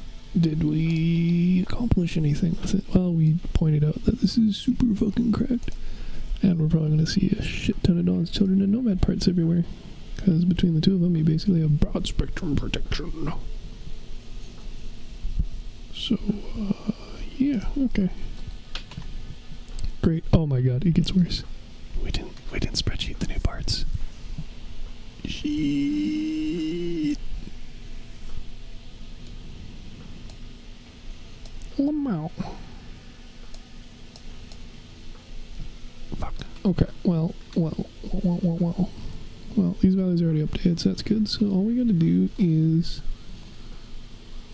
we have new parts and atoms. So as per usual, I'm gonna have them off screen, or rather on my other screen on my Xbox, because trying to show them on screen while I'm recording the values is just going to make things too cramped. So we will open up the reward track of it, this, and we will look at, that's the wrong one, this one, and I will copy paste, well not copy paste, but I will translate the values shown here and then approximate their volume based off of how they generally deal with shape concavity. So to begin with, we get the icebreaker. We get 2 of them. I'm assuming we're not getting any more because it's fucking crazy. Bumpers, at least, are nice and consistent and are organized alphabetically, which means it's going to go here. It is a Hyperborea part, right? That'd be crazy if it wasn't. Yep. It is a bumper again. It is called the Icebreaker. We get 2. Power score is 471. Melee damage reduction is 80%, which is consistent. Has 40%, which is consistent. And it has 698 durability. You should be pulling from the list, except it doesn't matter because you're a bumper. Okay, so all these values are the same. Because all of these values are the same. Gotti. And then your size is 1242, which is a fucking chonker. And your approximate volume is going to be painful to calculate because you're such an awkward shape. So I am...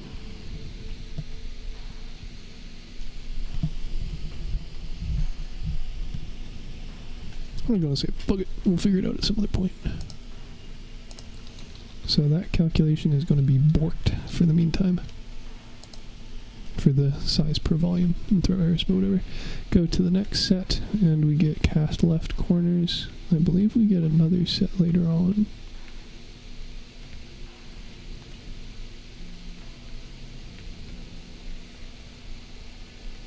More Snowcutters, more cast corners. So 2 batches of cast corner, 2 batches of Snowcutter. So we get 4 cast right corners. And if I were to guess, they're probably going to be placed... Wait, do they have the stats here? Am I making my life unnecessarily difficult? Nope. Oh, they do kind of show the count, don't they? That's convenient. So 2 of those, 4 of those, 4 of those, 2 of those, 2 of those, 2 of those, 2 of those. Great. Oh, except that's the first double stat part in the game, which means that I have to throw in an extra exception for that, which is going to be pain and suffering. That's alright.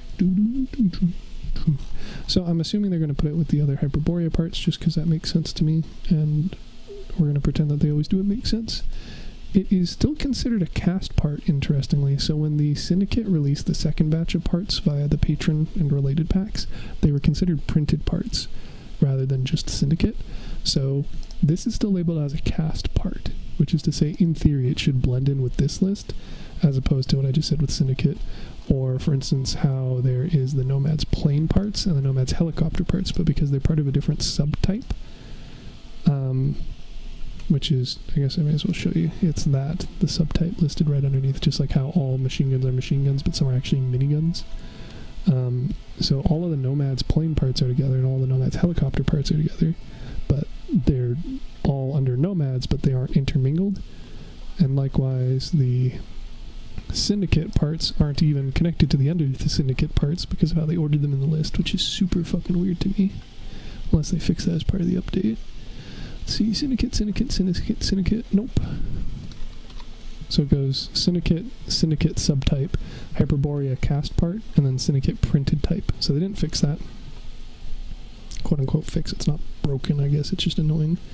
So because this says that the new parts are also cast, we're going to assume that they intermingle. And we're also going to assume that they maintain being alphabetical, just like they should. So... Oh, these are annoying because they say cast blank corners. So it'd be CAS, so after Captain's Deck. And it would be Hyperborea cast part, and then it's called a cast corners. And then I just use, instead of saying left and right, because they're generally adjacent, it'll be cast left corner, cast right corner. I just include them in a single entry if you're not aware of that, just like how the Kote left and Kote right fender generally are adjacent in the list, because the nose cut is between left and right fender. It actually splits them up, but in general it works, because that way you know how many parts there are total, regardless of if it's a left or right. 42 power score. You just pull the list values, which are the same as the other ones. Big shock. The default durability is 101, also very hefty. The default mass is 219, and I'm not going to bother trying to determine those because they're just super angled parts. Which also means that since they are a continuation of the prior set of parts, in theory the value in the calculation shouldn't change. There should not be, in theory, another sub-entry for Hyperborea for this new battle pass rather than cast, because they're also labeled as cast, unless of course they are labeled as cast but still run a new different like durability per volume calculation compared to the rest of the things, and that would be super annoying. And it doesn't seem like they do that, because generally the calculation is done just like I do over here in an actual design spreadsheet where they actually set these values, and so it should be based off of it being cast, therefore its damage reduction is X, whereas my spreadsheet kind of does the same but in the opposite direction, because I have to manually enter them over there and then have them populate in the list over here. So for instance, even if I just do the thermal durability per mass, it should be very similar. So I mean, it ends up being different based on like the concavity of shapes and stuff, but in theory that should be consistent with the new parts as well, but we'll see if we're so lucky. Next part. Oh, we definitely get 4 of those ventilation outlets. Damn. Okay, well, I'm not complaining. So we get 4 of those. So good thing we aren't just relying on it, I guess. Also, a cast part. Going to go at the end of the list because it's a V. So it's not a cast part cast name. It's cast part ventilation outlet. Much better. And I'll just copy you. Copy you. You get 4 of them. Power score is 32. Their raw durability is 78. Their raw mass is 160. That's not a 6. 68. That's also not a 6 one. 68. And then we'll deal with your... I'm just color coding them so I know how to check them later. So I haven't done the stuff for these. I didn't own this at the time, but I own them now. So just checking the location in the list and then double checking the volume. And then the Wuling parts are Chinese exclusive, so they accidentally got released here, but we don't actually have those yet. TM. So ventilation outlet, great. Next part. Snowcutter. Honestly, this would just be easier if I just fucking copy paste this and change the ones that need changing, and then Snowcutters, great. We get 4 of those. All of these parts are super chunky. Dang. I think we're going to be seeing a lot of these once, you know, people actually get around to unlocking them. It's always the rub, isn't it? Oops. You can already see it organizing on the list over there based off of the sort parameters I listed above. Funny that. 4 Snowcutters. 4 cast half arc. So another example of a annoying name, but whatever. And my spreadsheet not liking me updating so many values at once, but that's how it should be, baby. Half arc. We have 4 of those. 22. 35. So in theory, because these are part of the same batch, the value should be closer than the others, but again, it's a whole shtick with concavity. I'm not going to bother testing if the new parts are super OP, because if they're outliers like the cooked, however you want to pronounce it, parts where when they released in the new pack, then they're just going to fix them in line after. Cast side part. Dude, I'm sorry I'm keeping you up, dog, but do you want to go upstairs, dude? You make it sound like you're upset that I'm keeping you up. Oh, maybe he's sleeping. I don't know how he'd sleep with me talking this much, but apparently doesn't want to get up, so fuck it. Well, whatever. I think he wouldn't vibe in my room if he didn't want to listen to me talk. What is up in LOL durability and loot spec? You know that's the good stuff there. More Snowcutter parts level 54. More cast right corners, which we already accounted for by saying there was 4. Then the new part, which is not going to spark joy at all. So let's see. The reinforced part of the area of the part has increased damage resistance, while the rest of it has no damage resistance. So we just fucking ignore the fact that there's 2 parts, and we act as if you're only looking at that increased part. Great. It's also, here's an interesting thing for you. This is considered a reinforced part, not a cast part, like these other ones. So it's going to have its own place in the list, and if they're clever, it's going to at least stick with the Hyperborea and be considered a different subtype.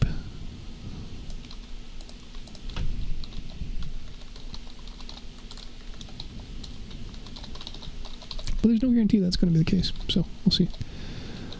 So we get 2 of those bad boys. They have a shit ton of durability. Okay, and then instead of the default ones, this has specific damage resistances, which will affect these. The raw durability is 49.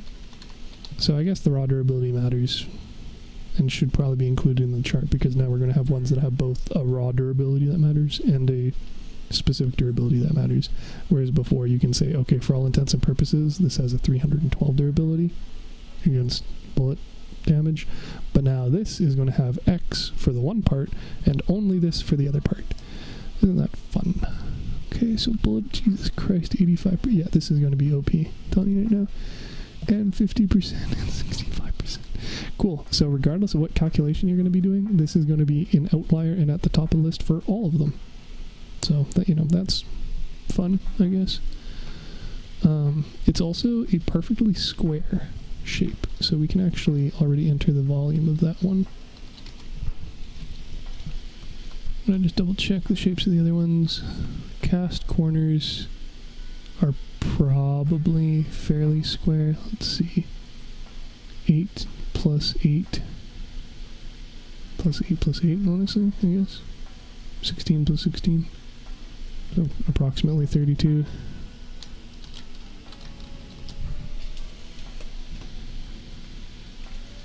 The Snowcutters are a disgusting shape, so I'm not going to calculate those. The cast side part is actually very nice, so I will estimate that at 12.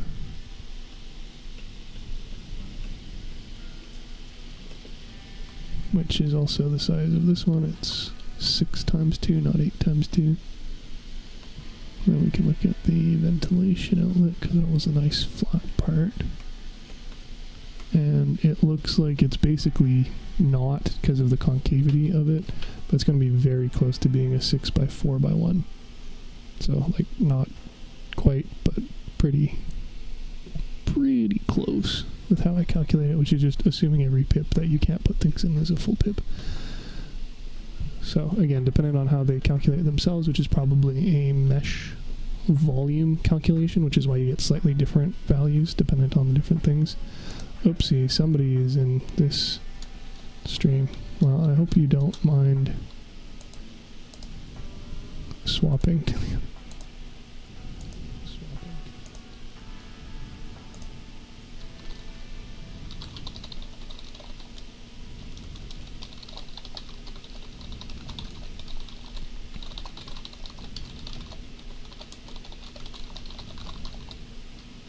There's sweat smell. Cool, I can just directly put it in there. Boom, bam. Sorry, random viewer. Great. So ventilation outlet is approximately 24. So, I mean, in theory, none of these are really great shapes. So we'll still probably use the captain's bridge as a landmark approximation. But we could actually use the cast side part, I guess. See if that gives a better value. Again, it shouldn't change the ratios. Let's find out.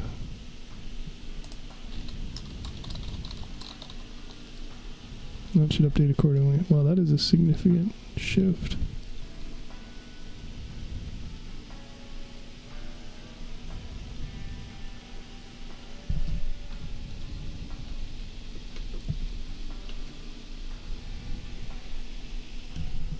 That seem right.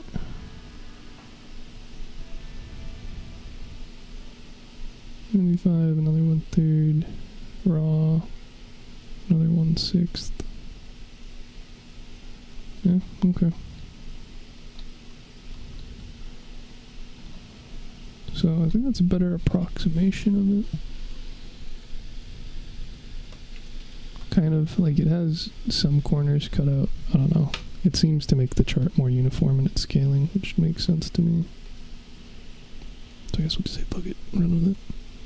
And then theoretically we should also... you.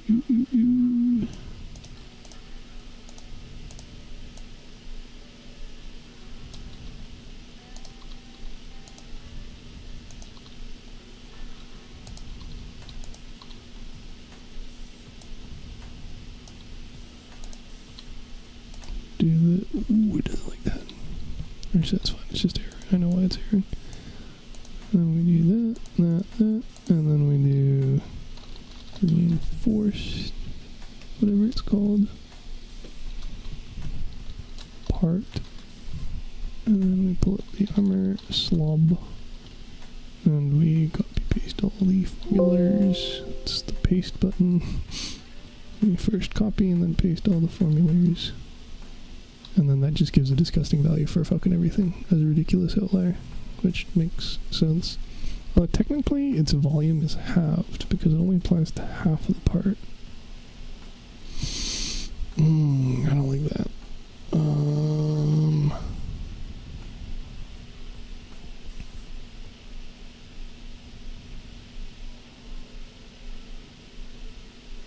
I don't like that at all. Also, this is a custom value, so this is actually even worse, but this has no bearing on that because it's only updating off of this, so if I make that crazy, it'll update that value. But not that value. Why are you not pulling the value? Oh, this chart might be a little fucked.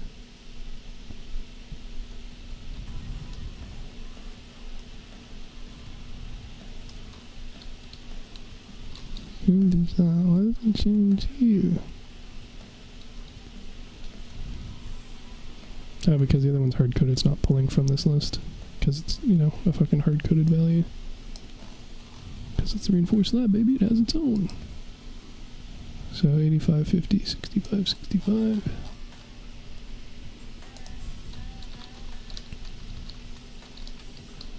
So it doesn't matter because it's not pulling from here.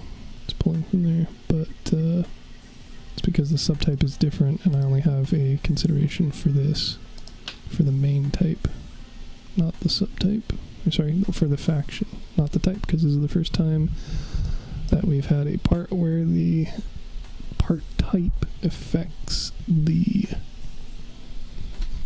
calcs. So that's, you know, fun. And also, like, blows all. It's just such a dumb difference in value that it completely shatters everything else, which means the scale is useless. Like, okay, so that's probably not going to be super useful. There's somebody watching it on there. No, there's nobody watching it on here. Stop, go back. Gotta go the other way.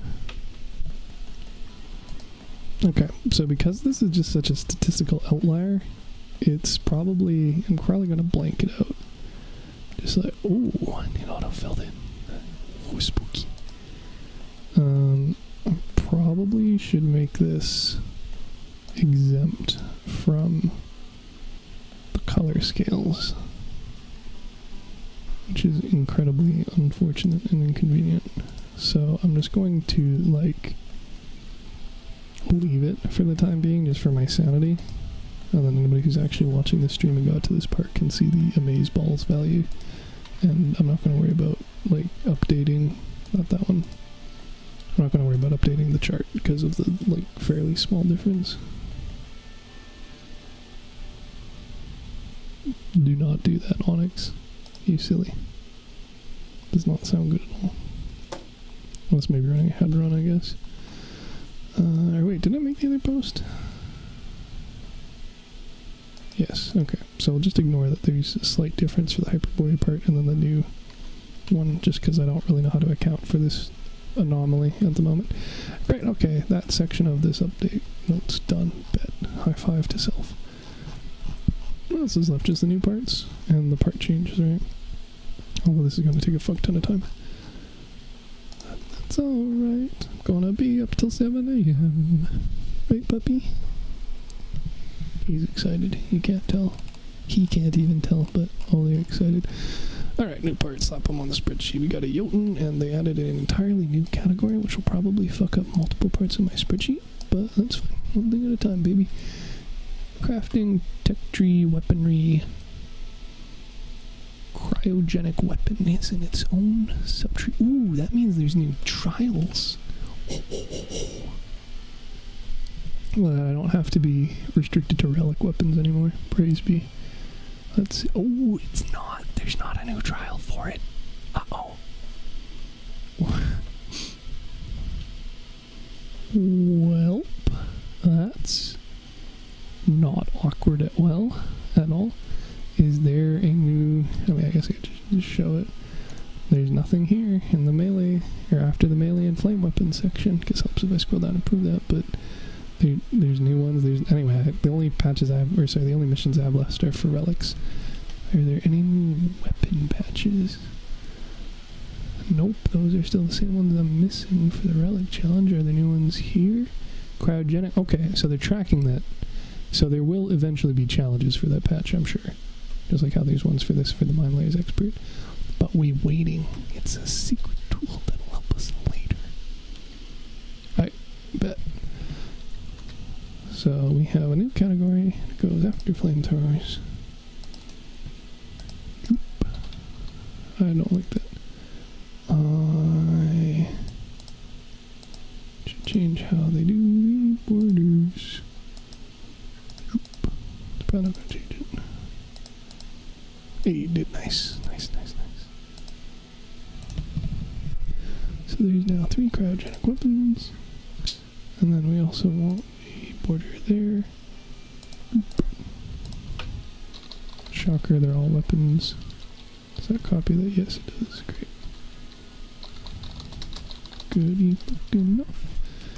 Subclass cryogenic howitzer. Exciting. Epic. Jotun, whatever. 1650. I don't know why those stats are there. It has a energy drain of 6. It has a durability of 504. It has a mass of 611. Its perk is the general cold thing, which I think freezes the parts, reducing the damage. That's like the whole shtick, right? The thermal damage in general decreases the damage resistance.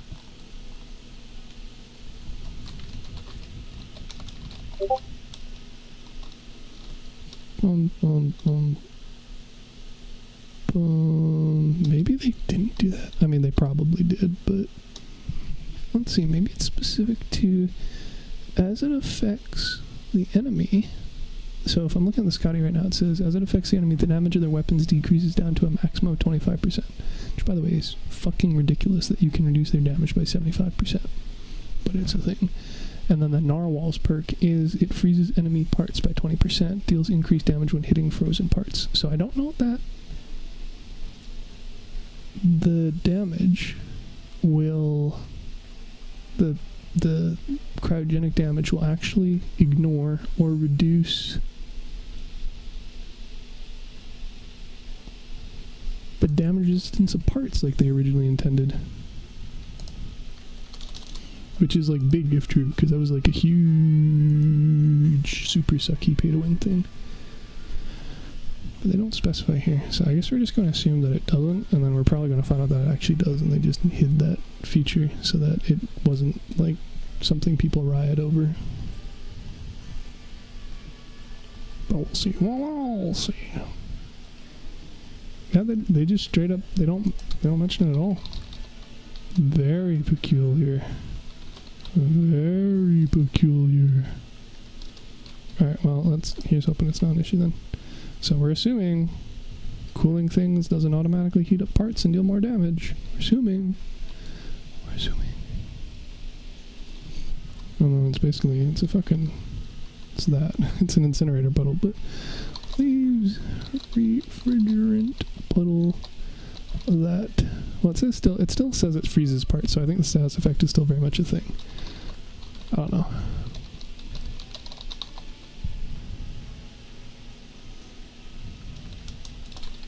can actually have the perk function of it to begin with. No, 33% power and speed. Refrigerant puddle that freezes parts. Butte. And this is going to be a new thing, so I'm going to need to update that list, and that list is in the parts master. Off to the one side. And it is the Frostbite assault. Yes. What did Battle Pass? And then we go to our name manager, which I always forget which tab it's in. That's in a weird part. And then we update our conditional formatting list for part sources to also include the new value at 0.28. So now I can go here and say Frostbite result. That's where they're all from. And I don't know the damage calcs from yet, so I will just not input those. But I don't know the damage calcs for most things, so non-issue. But we do know it has 10 ammo and 0 penetration, I guess. No damage reduction, no damage resistance. Okay. Unknown reload time. Great, next part. The Scotty, which is a legendary frost cannon. Exciting. 1600 power score because it's only -4 energy drain. It has 487, 547, and its effect is -X unknown percent, really. Enemy damage, and then it's actually a range. So we'll treat it like this. So minus blah to 75% enemy weapon, which is ridiculous, reducing their weapon damage by 75%. Enemy weapon damage for 5 seconds.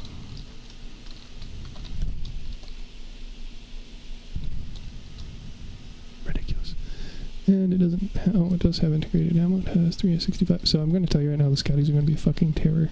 And they're going to be fucking everywhere.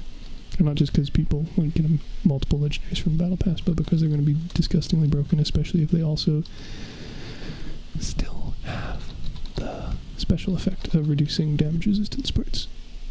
Cryo cannon. It's cool as fuck. Definitely want some of those big boppers.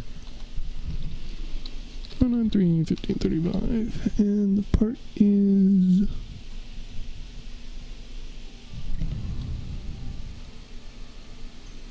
plus 20%.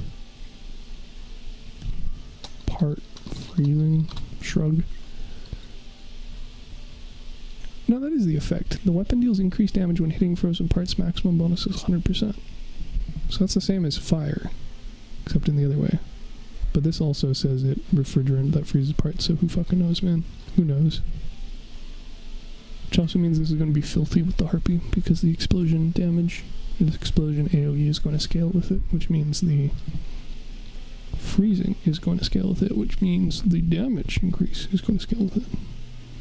Fun tips with bronze if you stick around for these super stupid streams. Oh, also, it has 100% fucking penetration. Damn. This thing's gonna be disgusting. See, how much are people selling it for? No offers put. Well, people are trying to buy it for 5,000. You're not going to be paying less than 10,000 for this. People already have it on builds on the exhibition, because of course they do. So let's see what we got.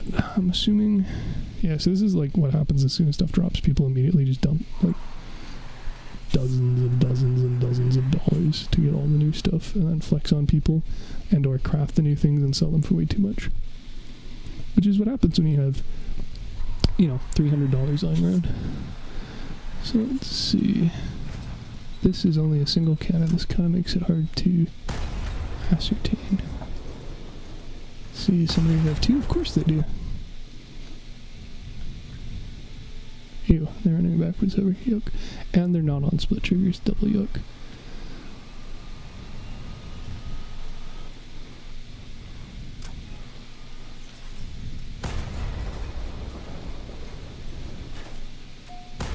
So there we should just get disgusting damage as it's frozen, increases damage. Yarp.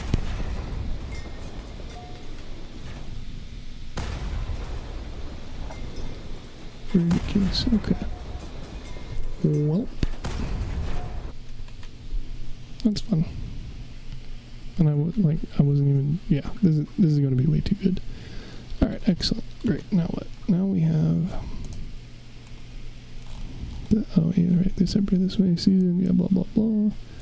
Then we've got the new part, which I will show on the other screen, which means it's not showing here. But you just have to trust me, bro. I'm using the right stats for sure.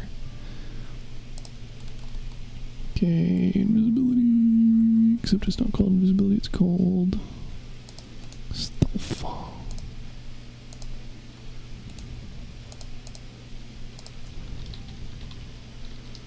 It's probably still called stealth, yep. Whoopsies, legendary Yeti. It's 400 power score because it's a legendary item that costs 1 energy. 242, 150. Wow, this thing is dummy durable compared to like the others. Damn. Crazy that. Anyway, it doesn't blow up, so that's good. Let's see. Inactive makes it invisible or until manual attacking or receiving damage disables invisibility, and if there's invisibility reserve charges the recharge. Okay, so toggle invisibility 1 second. Fuck, let's see. 8-second cooldown. I think it's 8 seconds, might be wrong. If damage is dealt 4-second cooldown after 1 second if manually deactivated. Great. I'll really format that at some point, and the cooldown is there, but I already gave the info in the perk. And then the invisibility reserve is 30, which I don't have a thing for because nothing else here has an ammo thing. It just gives ammo. So we're gonna say we're just gonna add a 30-second toggle invisibility. Great. That's the Yeti. Then we'll also got the Ruin, which is relevant to it and is listed after the Genesis. So it is a hardware. Well, it's the same thing. It's a hardware ammunition. Just interesting. It's epic. And it is... Nope. The fuck? It's labeled as a reactor. Or is it subtype? Alright. That is interesting. Alright, 206. Oops. 206, just like I said, is different than the other one for reasons unknown. Durability 126. Mass 200. And this is plus 50% Yeti. Reserve, whatever. Plus 80% booster fuel. Blast is approximately 4.75. So whatever. And people are already trying to sell it for 7,500, which, yeah, that tracks. Like I said, I'm not shocked. Okay. So what did they change for the booster fuel? You can't get it from other boxes anymore, so is their default fuel different?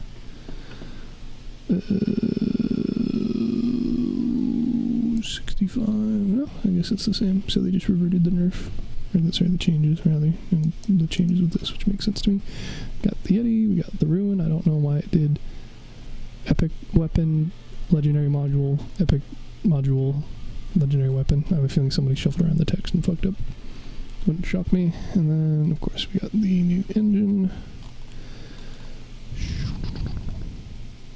which goes before the Pegasus. Scandalous. And it is atrociously named the Fin Whale. And it's labeled as a direct descendant of the Oppressor, which makes no sense to me, but 400. This thing is gonna be fucking beefy. Let's see. 35% power, 25% speed. So it's gonna have its own entry because it is now the fastest engine in the game, which means my speed charts are also going to change drastically, which means I am going to straight up just be up till 7 a.m. doing all these changes. Fun. What's the tonnage?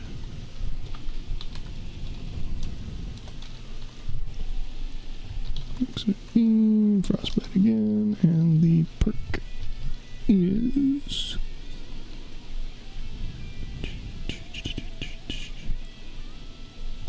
minus 50% recoil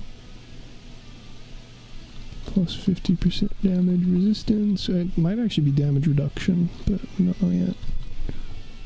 Reduction. Oh shit, this is a multiple scaling one, so I can't just do 0 to 80. Shit. So 0 to 50% recoil reduction. 0 to 50%. Let's just do it this way. Recoil reduction and damage resistance for 60 to 110 kph. Beaut. And I gotta add this to the speed chart. I'll do it after. Then we got the Whaler, which is a medium cab. That shocks me. I didn't even read the notes. I just not expected to be heavy cab. It's fucking massive. Show us what. Oh no, baby. Par for the course. Isn't it? You're medium. You are called the Whaler. You have a power score of 2100. You have a power of 780 kph. They're a fast fucker. 5600, 12500. Very peculiar stats compared to the Omnivox. Alright. 12350, 1100. Frosty, and then pretty much unsurprising stats compared to the other legendaries. But not really remarkable either. Very similar to the Hippogriff. There. Alright. What is its perk?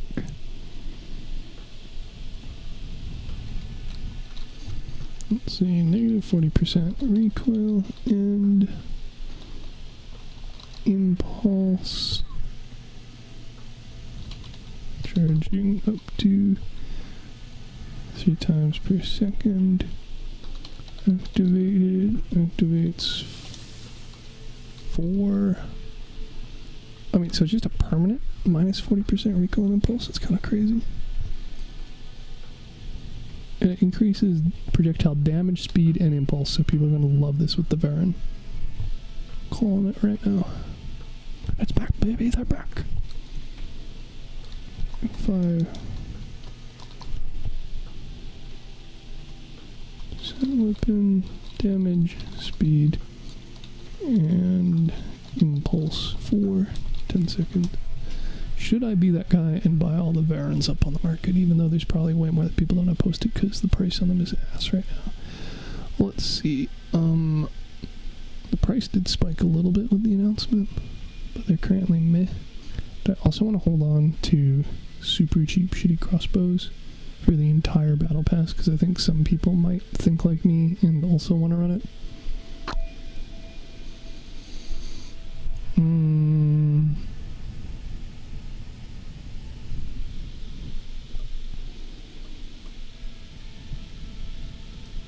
Probably not. Especially because Cry's in storage space as per usual. How about this? Compromise, dear viewer/viewers. I don't know if there's still people watching on the wrong one. No, good, excellent, they've learned. I could probably buy some more, I guess.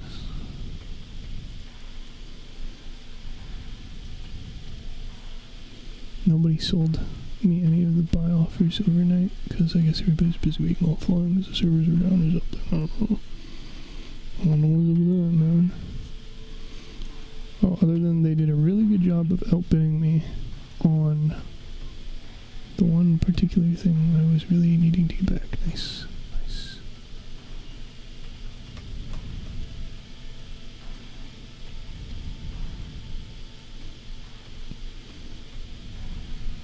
I think I'm actually going to go negative on that item because I'm trying to flip it. Flip. Quick sold it. and it isn't showing. Did the market eat transactions again? I don't know, I'm just dumb. It was right down here. So I sold it for about 2,000 and now I'm spending 21.25 to get back. Oof. Oof. Well, you know what? I don't actually use 4-cap cans all that often, so maybe I'll just say fuck it until such time as the price drops again, which it probably won't, and I'll just lose more money on it, but whatever. Is what it is. Then we'll buy some more variables. Not that I think it'll matter. Do I think it'll matter? Probably not. 25%. Meh. Probably not compared to the, Hadron. Okay, what else? Whaler. There. Structural parts. Speed charts, baby. Great. So we go to the speed charts. The old one. And then we cry. As per usual. So the whaler is 80, which puts you in this category. For you. Well, that's nice and easy. This, however, is not. This way, I guess.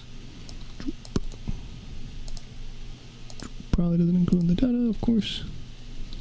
Too easy, baby. And this is the whale fin and has a base speed of 25%. Sorry, fin whale. So 5%, and then we do this chart and we multiply all the way over to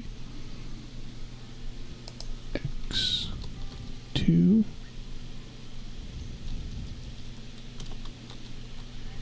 Nope, not that far.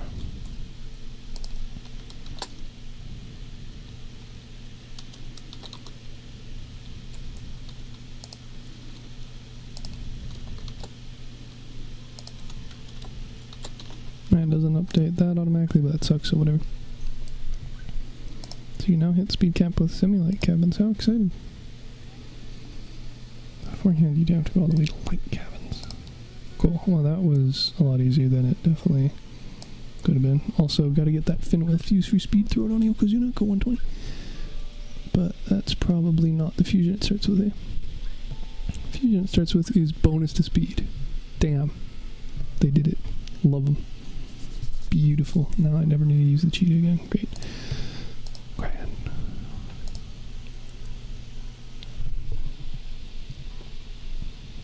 Pretty good. Also, you still need to hit 110 for the speed effect, so even with it fused, your best you're looking at is mid-light cabin, so the hippogriff.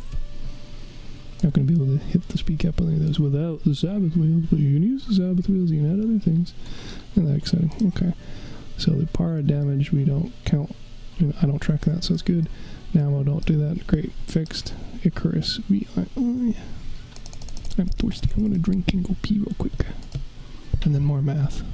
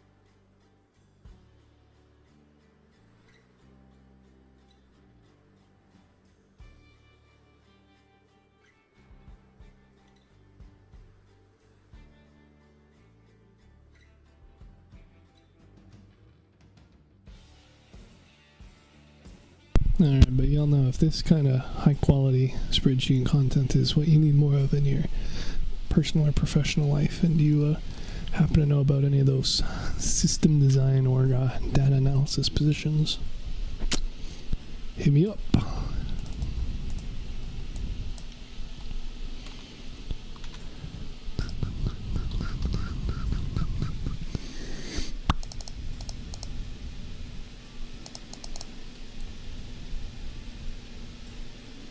Oh, I really don't want to flip back and forth between those. Great, we'll just put it there for now.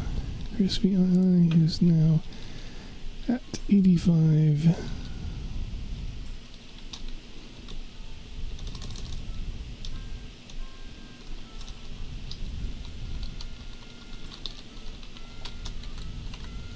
Great. Oh, what else? Increased inertia. I'm going to read this, but I'm not going to spreadsheet it.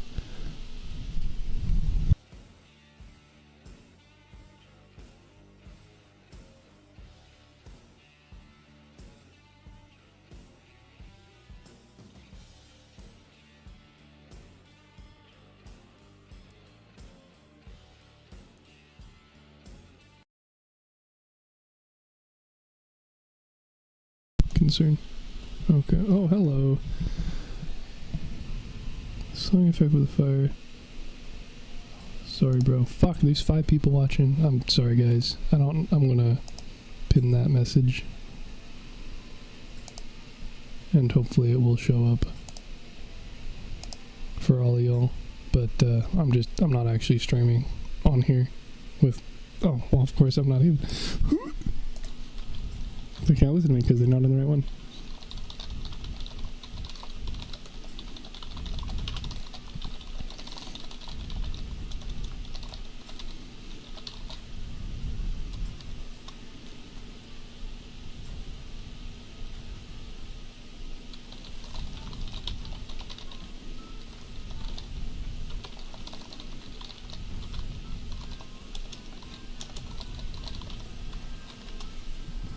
I guess technically I could connect to the Xbox with this headset and then record it there, but then it wouldn't be recorded in OBS. Maybe it would be recorded in Twitch, but then I'd have to unmute the stream here and then there'd be a delay and it wouldn't match what I'm doing. And people just leave the stream entirely, which is fine. If y'all are like, if you don't want to watch it on YouTube, that's fine. But like, I'm doing an analysis video and I'm doing it on YouTube. So if you do want to watch, that's where you gotta go. Sorry.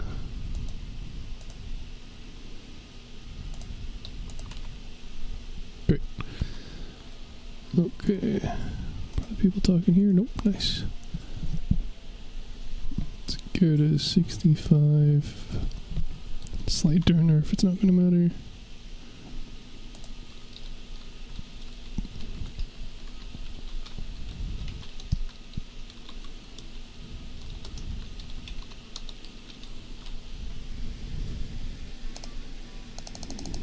Parts will update it here as well.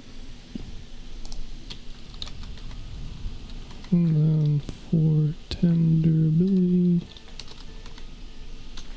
I'm up to 100 beefy. Nice. This corrections to the interaction should correct the situation. I don't really see a whole lot of legs and hovers being used at the same time, so I don't think that's necessarily going to change. Guess we'll see. Durability to you, even beefier. Love it. Durability 660. Slight increase, and then 25% explosive, so it's just literally a baby big ram. Great. Whatever. Power penalty, sure, why not?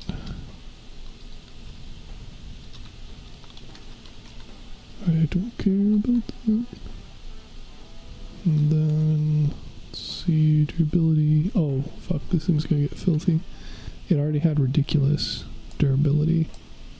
Not that I was really recording it in the structural part with most of the other things, but it's going to be a thing here anyway. So now it's 670 and 330.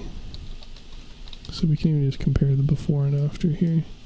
So it looks like the dura per mass ratio stays the same, but the dura per power score of balloons, it was already the highest value, or sorry, one of the highest values, and now it goes even higher. So it's going to be efficient durability for a build at low power score, which is kind of funny, because that's obviously not generally terribly useful due to the shape and positioning of them. But that is an option nonetheless.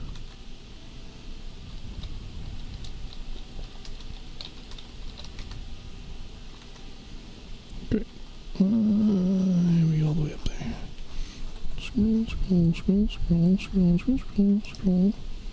Power score, yes. Definitely increase that bad boy. No complaints from me. That's not the amount they increased it by though. Small track 95. So they bumped all of these up by 5, I think. Which is decent, because like that means that any heavy cabin can run the Goliath at max speed now with the Giggle. So that's exciting.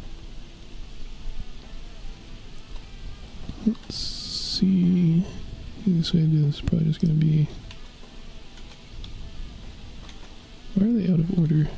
85, 80, 70, 65, 60, and then negative 9, negative 17, negative 15%, negative 30%, 32. Very interesting. And then we'll just go to the speed chart. And we shift all those one to the right.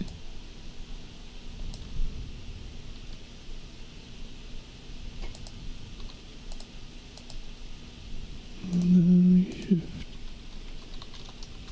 that to the... Well, that was weird. And then we also shift all the Giggle ones to the right, which is to say I could have literally just made this easier for myself by doing... that. Butte. So now you can go 105 with small track and Giggle. Interesting.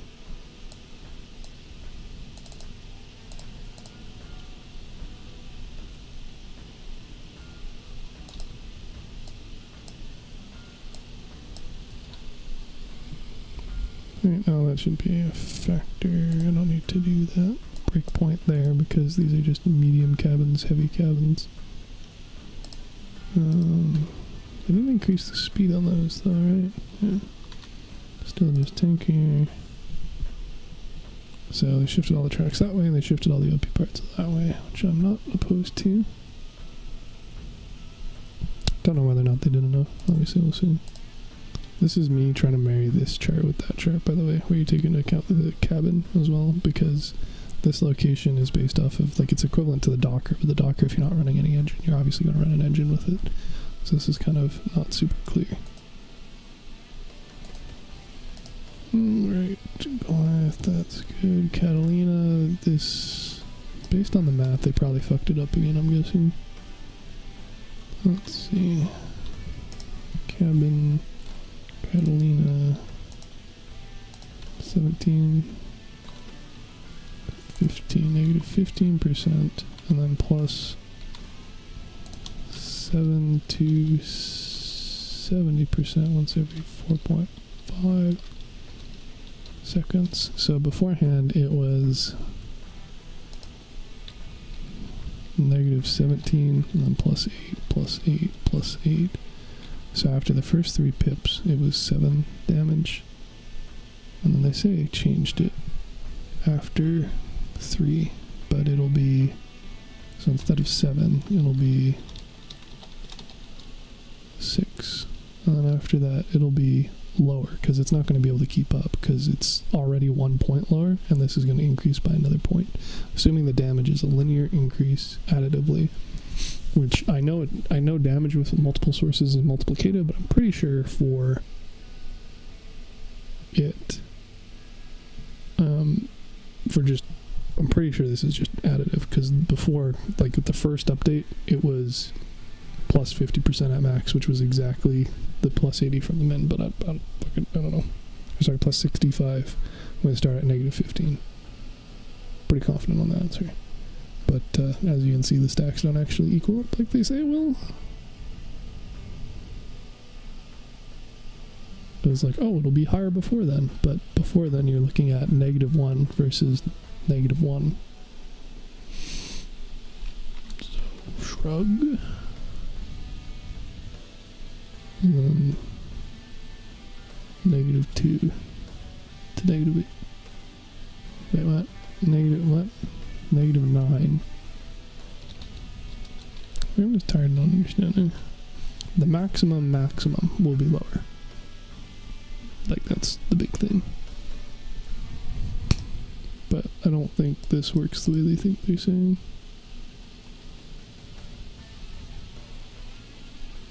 Higher than the 4, but only up to... Because by default, you have -15. I see what they're saying. So it's going to ramp up. It's going to start with less of a penalty, but it's going to have... So it's less extreme on both ends. Okay, gotcha. That makes sense. I'm going to ignore what you actually say there, because that's confusing me, and we'll just go off of my description. Nice, cool. So, parts. This is such a weird niche thing. We'll see how it goes. But, I mean, it's still going to be best in slot for flame, so...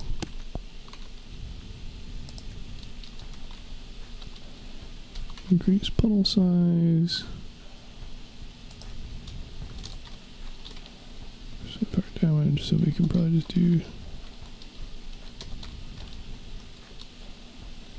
Increased flame damage.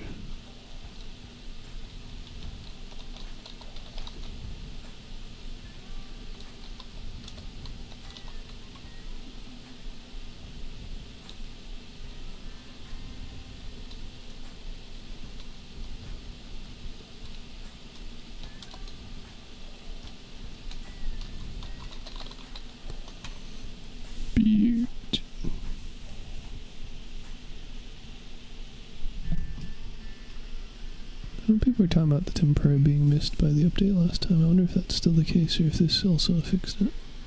I wasn't paying that close of attention to it, admittedly. Let's see, built-in is active. Interesting. So it's like a conditional mauler, I guess. Not against that. Let's see. Oh, and I was already on a boom, baby. Let's see how they word it in-game. Tech tree cabin Cerberus. Yeah, it's literally just that. Okay.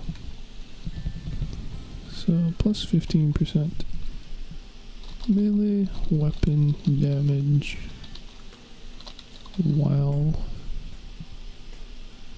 integrated grinder contact an enemy, and I'll finish formatting some other time. Great. Damage, but damn, nice. I mean, 20% damage bonus, I don't know if that's going to be significant enough, but I know some people already did run it, so maybe. 20, 40%. Was it? Referring. Limited aiming. Weapon damage slash turn speed. Not that turn speed really matters with limited weapon, but sure, whatever. Rotation speed, not turn speed. Silly me. Hugo. Oh, they changed this. Interesting. Too mobile, too durable. Oh yeah, they made that boy chunky. I like it. I like it. Okay, cabin. So you are -9%, which doesn't make any sense in the context of the bars they give us. So instead of 9.75% or 9.75 bars, it has roughly 8.75 bars. So that 9% was basically like a flat percent, which is interesting, because that also lets us know it's not a relative increase, it's an additive increase. Interesting. And then we can look at the values over here to see how it changed, because before it was probably an outlier, evidently. Oh, actually kind of low on that. Huh. Funny that. Kind of high there, so I guess they're targeting the latter one more so. So mass limit is... Well, let's just copy the values and find out.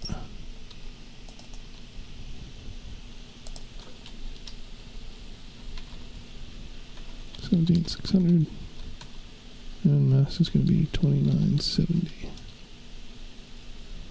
So compared to before, our needed touch actually went up, but our available mass went down, only slightly.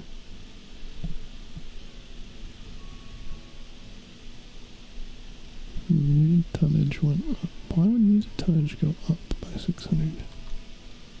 Because our mass. Yeah. Okay. Oh, that makes sense to me. Doesn't seem to be anything too extreme. Shrug. Okay, I don't track damage change, but that's not unreasonable. Added hit damage. Oh, look at that. Good for them. I don't know if it specifies a damage type, though. I'm assuming it should still be an energy type weapon, dealing energy type damage. Looks like it. Nice. Oh, those bastards. Does 65 points of damage, and they actually show the bar now, but that's definitely not 65 on like the full run. So it doesn't go from 0 to 100. It's still their abstract system, which doesn't make any sense to anybody.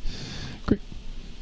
So probably toss that back down there where it belongs. And we'll have to... Actually, no, I guess I don't have to touch this anyway. It's up to date. Although the actual calculations for what you'd run on one, what you'd want to run where is going to change. So I said with the heavy, with the Giggle, you get up to 68, 69. So you can run the Goliath right there with the Giggle. If you have a cabin fused for speed and the engine fused for speed. If you only have one, then obviously it changes accordingly. But now even more pay to win. Huzzah. Great. Okay, weapons. Energy.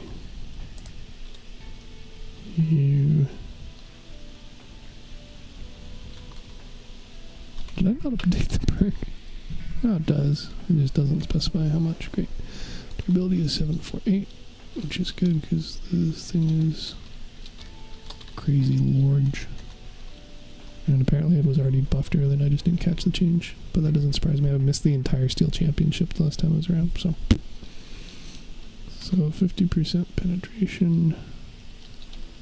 Pretty decent. And then hit damage, which I guess would be considered still energy, but I don't know the blast. I don't specify explosion damage. How about that? It's fine, 65.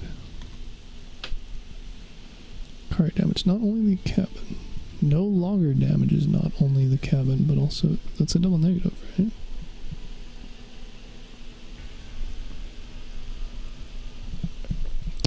What? No longer affect their important parts. So this is a double negative, so they fucked up. So I think they're saying it only affects structural parts, which was the original patch note thing. I think. I hope. And also, I don't think I have the Ikari on this list either. Tee-hee-hee.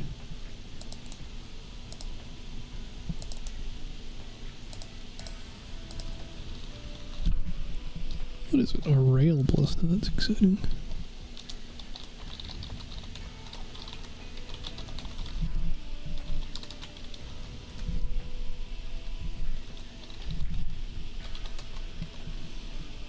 Yeah, so the description is now, the projectile attaches to an armored vehicle and periodically deals 1.2% energy damage to all parts except the cabin, hardware, and movement parts. For the remaining durability of the parts, and explodes after a short interval. Damage will be inflicted until the parts have 10% of their maximum durability left.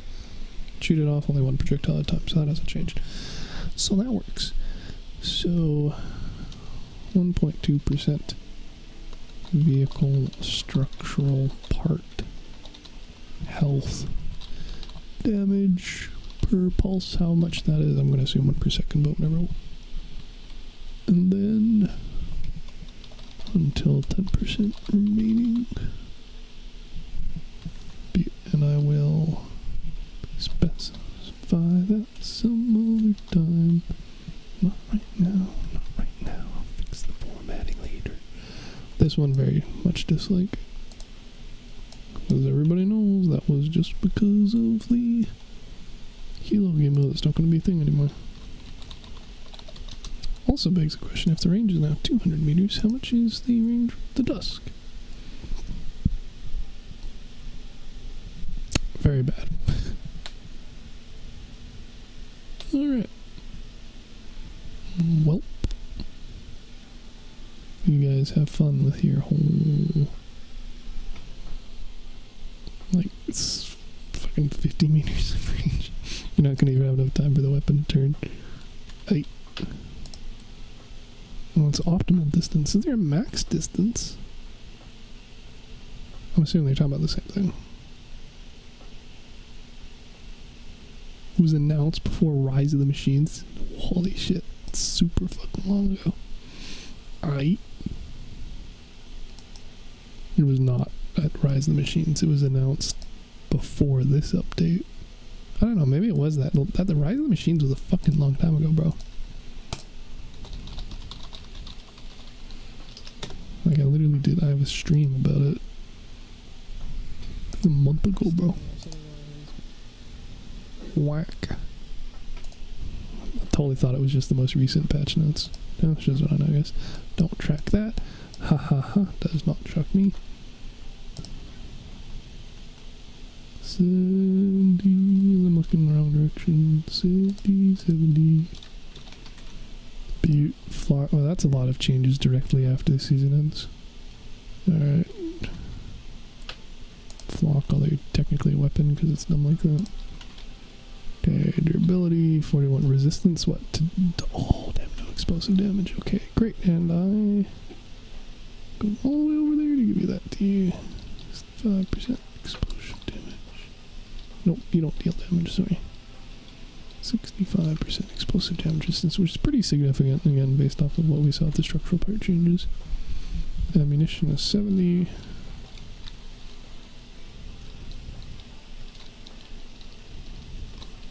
Decent. And ranged 12.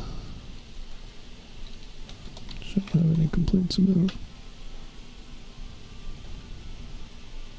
Just fair number of charge. Oh, nice. I totally forgot they buffed the Thyrsus. Too bad. I probably won't be doing a whole lot more with it anymore. But yeah, damage increase. Nice. I definitely needed a buff. I mean, I wouldn't mind just having it have a larger AoE for its perk, but I understand them not wanting to immediately.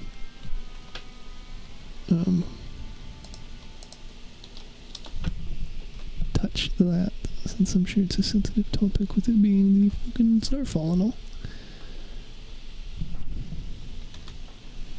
Let's see, Dove. Oh, significant changes here, which I act surprised about, but I literally already read them. It's just that I also forgot about them because everything's I don't ever use. Funny that, eh? Alright, so power score is going to change as well. Yep, 2400 increased damage, but I mean, I don't ever check that, so whatever. Now the mine's been on the surface for 30 seconds. Okay.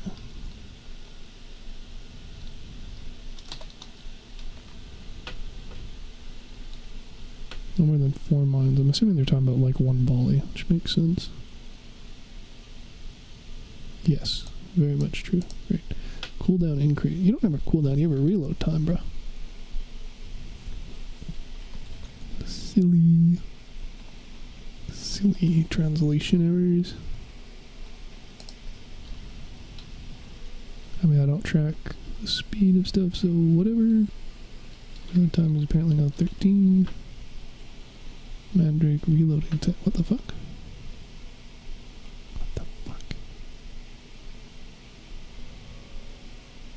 This has got to be charge time, right? Right, y'all aren't being goofy goobers with me, right?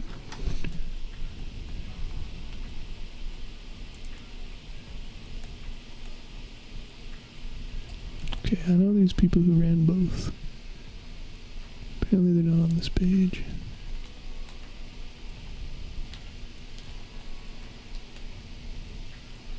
We need to not have the Hadron so it doesn't automatically equalize. Perfect. Yeah, so now they're a lot quicker. And they have the same reload time. Yeah. Well, ish. Probably equivalent because of the minus 10%. Do we have any that aren't pre-upgraded on both? Yes. So, cycles together, right? Beautiful. Oh, it's actually stuff slightly faster for this one. Interesting.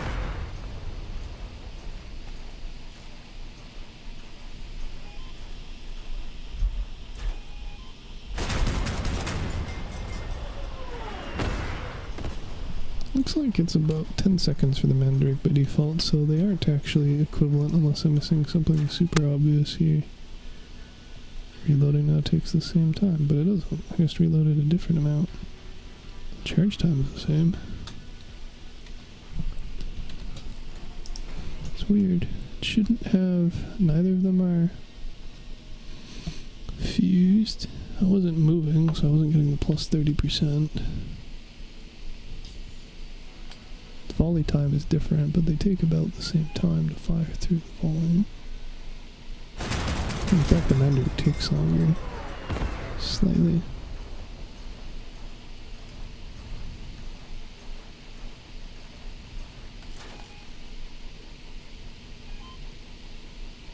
Yeah, so even when I try to equalize, the one is much faster.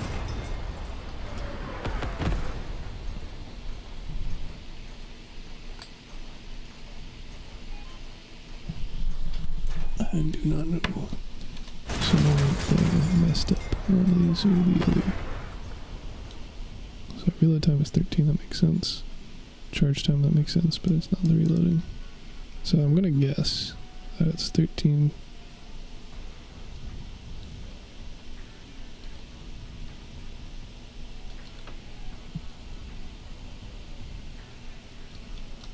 I don't really have a charge time parameter. Shit. Guess it just makes sense for me to include one.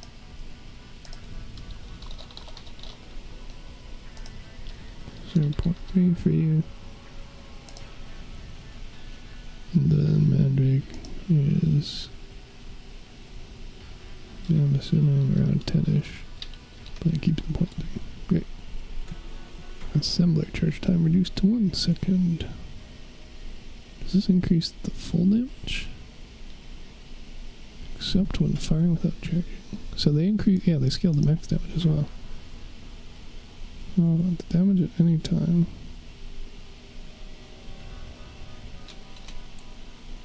Okay, one thing at a time. First off, Assembler has a 1 second charge time. And then, if we look at its perk, does it say how much its damage increases by? Probably not. Oh, it totally does. After full charge, damage grows every 3 seconds up to 175% of the maximum charge. If you don't shoot in the window, the charge resets and the weapon heats up by 50%. Decent. So, and I guess it's the same, it just takes more time. Alright.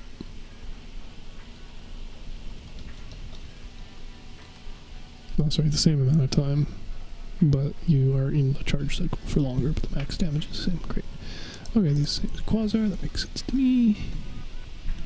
And the Pulsar has a super specific thing going for it, whatever. Oops. They literally gave them the same health stats. That's peculiar. They did maintain the Pulsar being heavier, though. No, I'm just bad, and apparently they changed the mass on this one. Not the Dura, so it's 578 and 792.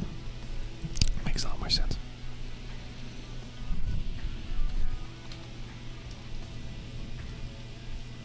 And then you have 15% penetration. And then you get how much? 78 damage. Energy flavor. Great, optimal range reduced, yeah. I would still know the difference between optimal and max for lock-on rockets, but whatever.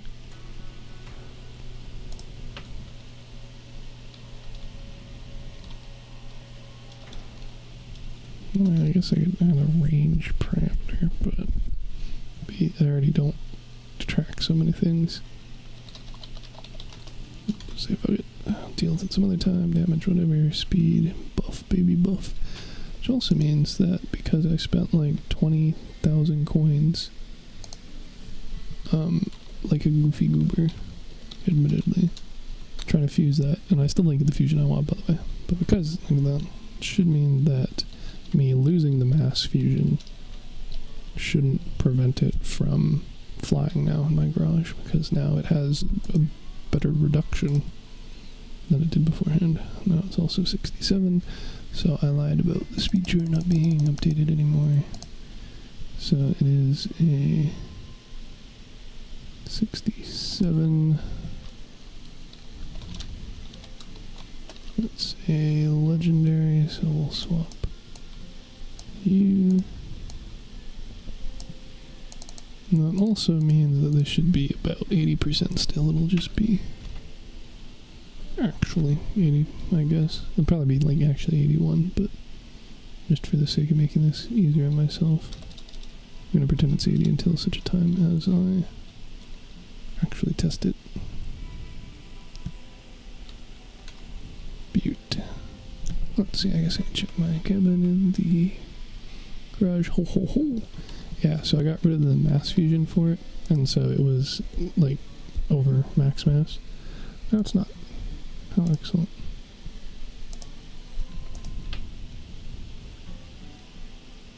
Yep, and then I'll have to rebuild some things with it again, but whatever, that's just how she goes generally.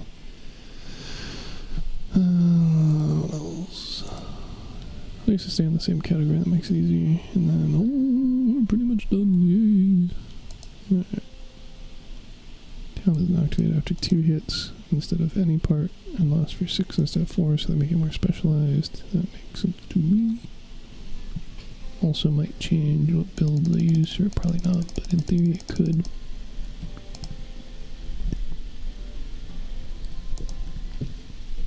Okay. 2 hits on cabin. Oh, it doesn't like that. Because I am just pulling this from a master sheet, which I apparently have hidden right now. No, I do not have it. It's just way over there. Gotti. 2 hits to cabin. Or 6 seconds. Delicious. Probably doesn't change any plans here. Probably. Maybe. Hide. Ooh, okay, that makes sense. Thermal.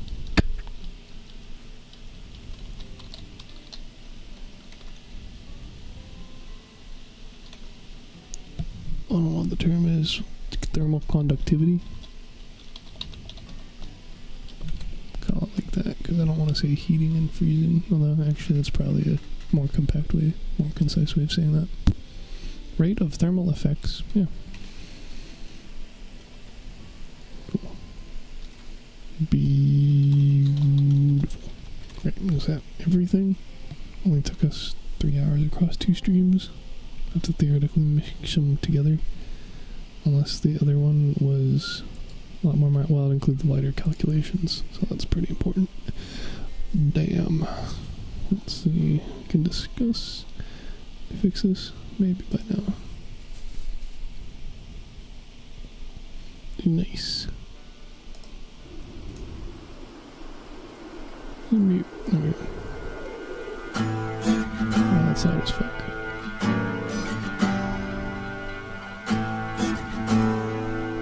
I also can't scrub.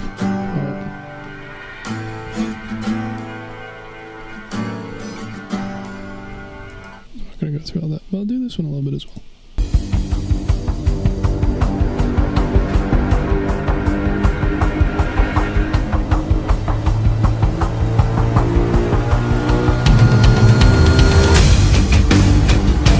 That's loud as hell. Alright, but that is pretty decent. I mean, it's not too different from some of the music they have already, but also definitely a bit more payday, I guess, and I like it, so I'm opposed to that. See, that's not available till next week. And honestly pretty excited for this stuff overall, especially because they're not being meaners with lighters as much. Less so, a little bit, but not as much. Right, there's the patch notes. You got that, we can unmute that. Except I have to do it via that tab. And then we can see, I guess I don't have anybody commenting on this stuff. Stonks on views, baby.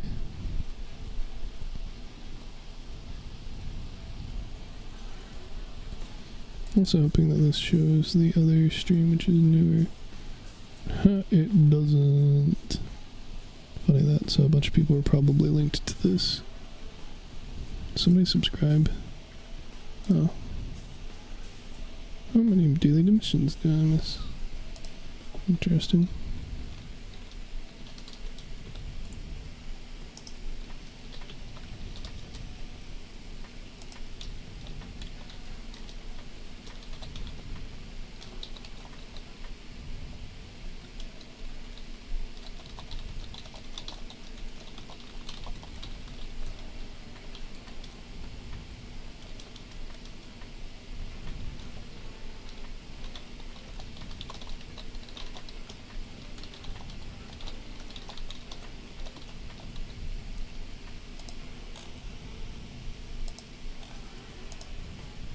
Okay, there's me, just click on that.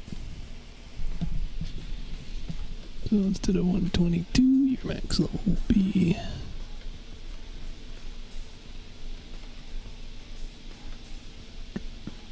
119, so you lose out 200 lighters.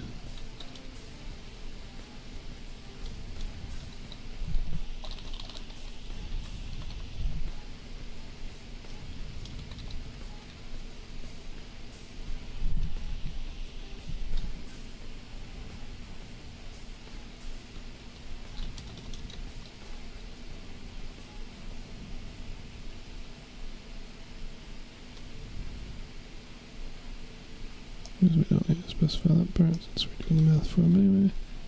19 for 1,300 total lighters. Maybe 2 legendaries. Good thing they added edits to this now, was all.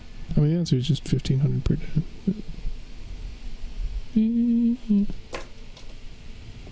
That's not how the math works, it's 3.6 levels, silly me. 3,000, 3.6, which means it's very tight actually.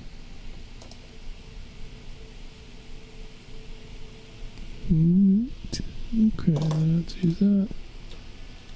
I'll deal with that thing some other time probably with merging it.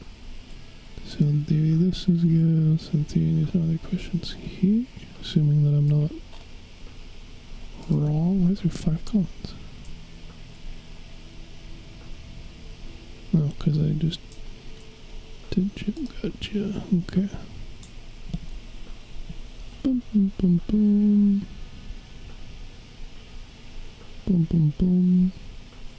Boom. Okay, so that's all good.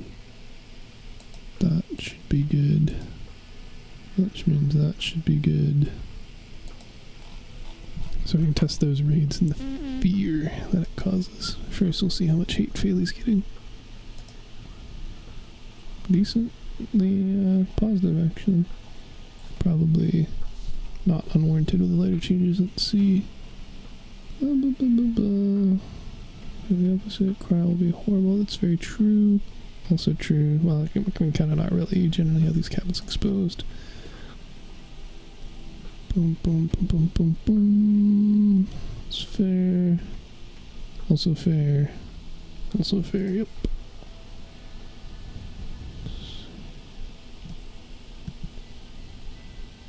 Not wrong. Yes, I believe this is the reason why.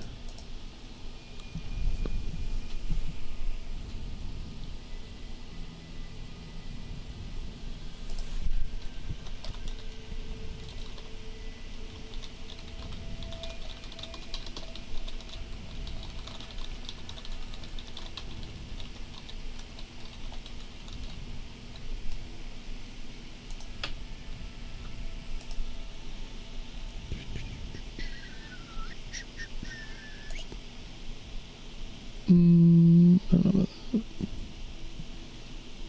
that. Disagree hard. Yeah, the thing is you gotta miss in order to be... Well, the defender already knows it. Alright. Very true. Also very true. What? Oh, augers. I thought it said the Argus. I'm like, the fuck? Alright. Well, not pressing the gas is insane. Okay, fair enough. New atoms. What? Alright. Who? Oh. Okay. You're getting a downvote.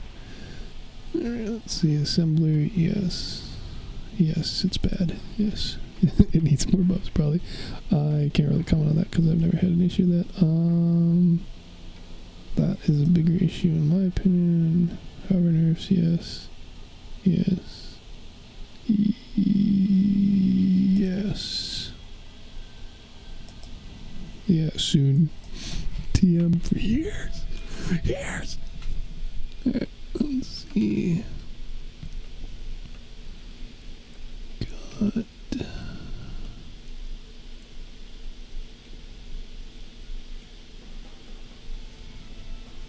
I'd say you have to hold the button for longer to buy or sell stuff, which is kind of annoying, TBH. I'm not entirely against it in premise, it's just...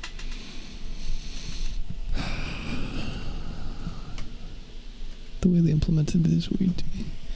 Alright, let's see, it has more than... Yes, that is correct, that is how it works. Yes, very true. I don't know what you mean by Alex, but yes, otherwise... Ruin one's affected. I mean, it's already plus 100, plus 80%. Feels fine, especially because you'll probably be running multiple, right? New rotor. What? Bruh. What the fuck? What the fuck? What the fuck?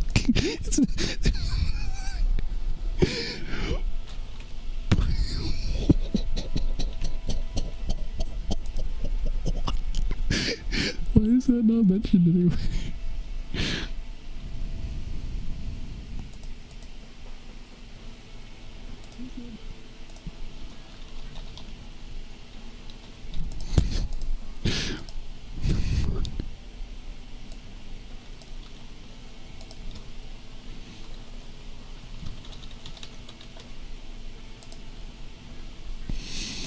Alright, well I guess I'm doing that to the spreadsheet as well. This is fucking ninja. Oh my god. I think they fucked up.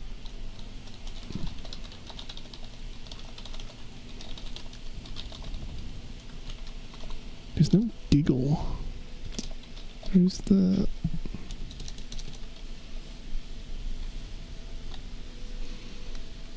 I need the zipper. Yoink. Well, I guess we're doing some more spreadsheeting, ladies and gentlemen. Thought we're done. But nope. Super sneaky hidden parts that are probably not going to be in the game for realsies for a period of time. So that's cool. We've gotten some new parts. New parts dropping. Hype, boys. Wow, this is...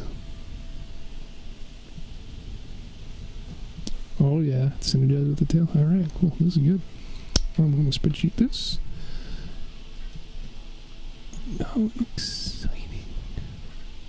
People putting buy offers up for... Yeah, I literally don't think you can get it from anything yet. So unless they had a pack for these, which would feel immensely feels bad, but isn't exactly entirely surprising to me either. Oh, this specifies main rotor. Oh, all the other ones specify main rotor now too. Well, I'm just going to keep the definitions I had because it makes me feel better.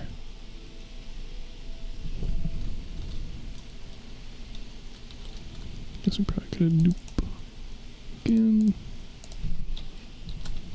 Number 2 maple. This is crazy, bro. Not hating. Not hating. Speed limit, no. Interesting. Tonnage, very. Jeez. Durability, yes. Yes, yes. It seems to just be a flat bonus when it reduces the weapon spread by 35% when moving at a speed of 80 kilometers and higher. So it's a small track perk, but on this, rather than scaling over time, it's just a binary. So,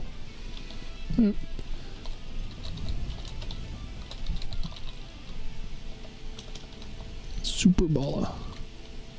Super hot. Super hot. Is this a right question mark? I have no idea, dude. It's crazy. Crazy. And we didn't actually need it's a main rotor. Silly me. And now we got the impeller.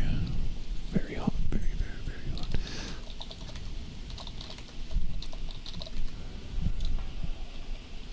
Damn, bro. Damn, I'm so excited. I didn't specify that this only works with the main rotor.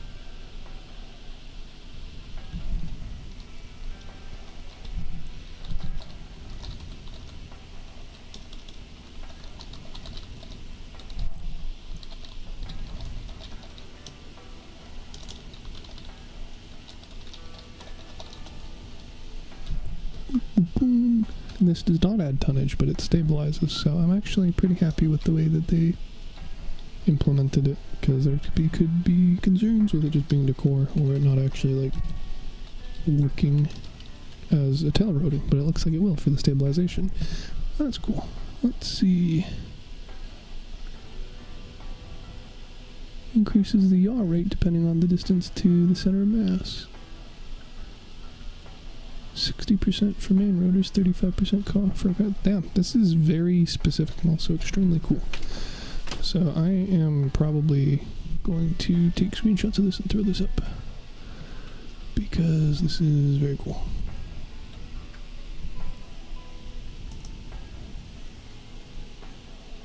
As soon as my cursor moves out of the screen. Bloop. Bloop. Bloop. And then you can only have one image per comment, so I will go and just add a sub-comment to it, because a hell of a lot easier than me making a imagery gallery. Even though comment chains are the bane of my existence, but that's how single comment stuff gets. Pretty sure I can't add another image, right? Yeah, dingy. This is dumb though. They should let you automatically collapse them. Is that this dude responding being like, yeah bro, just surprise motherfucker.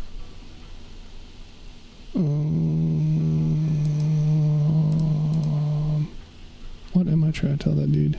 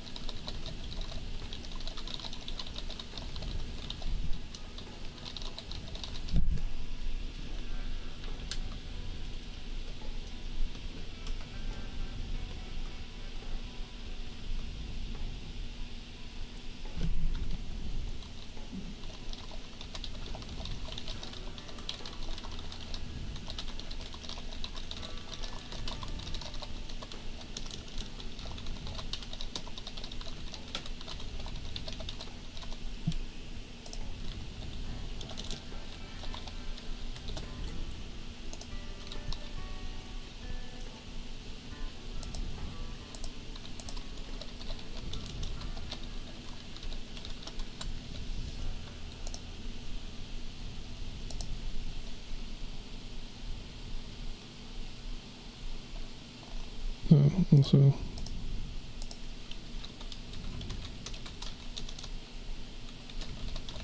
this is the dude who talked about it, right?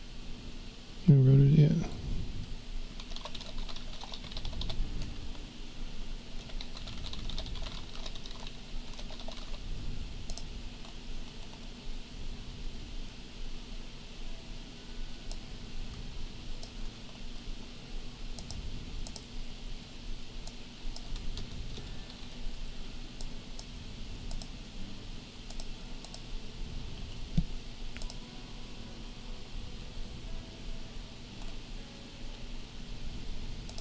That is ridiculous. Love it. Love it, love it, love it, love it. Okay.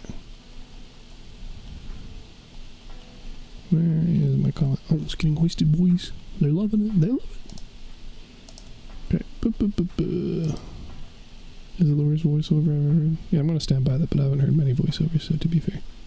Oh no, it's the topic contact changes. That's literally what I was going to add. I was going to just talk about what they said, which is like, yes, yes. Let's say yes, yes, yes, yes, yes.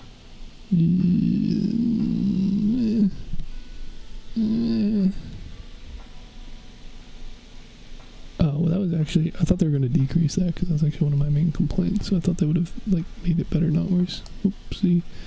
Daily chat, yep, good, good.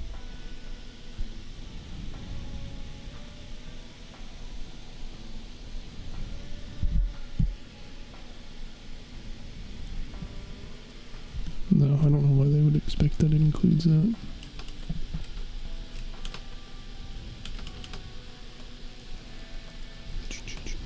Let's see.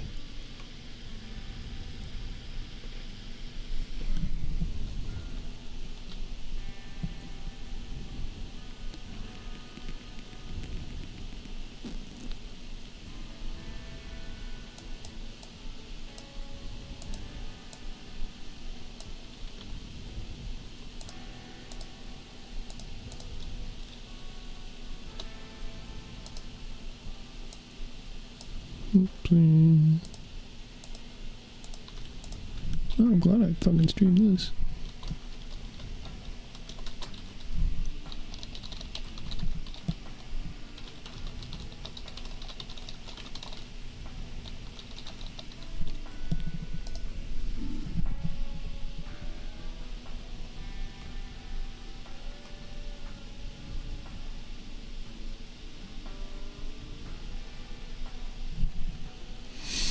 Anything else to respond to? So exciting. I mean, just having it exploded fucking work. See, if I was a goofy goober and purchased the deluxe heroes, but I don't, and I can't even offer it on this one, which is interesting. Wow, shit, damn, bro. Pop off, JB Rider. Nice. Alright, continue discussion of the most helpful. What? The fuck are you talking about? Why are you doing it here? And why aren't I getting all the rewards? This is a lot. This is a lot of work to put in. They're not going to put in this much work.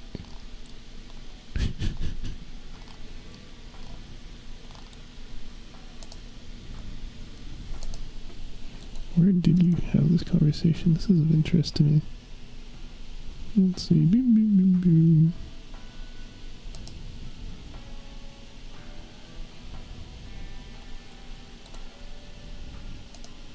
What was messed up about it?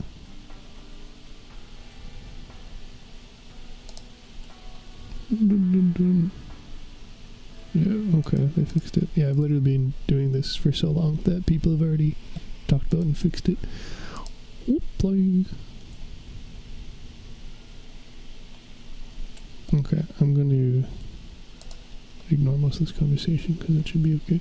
Now, where is the prior conversation?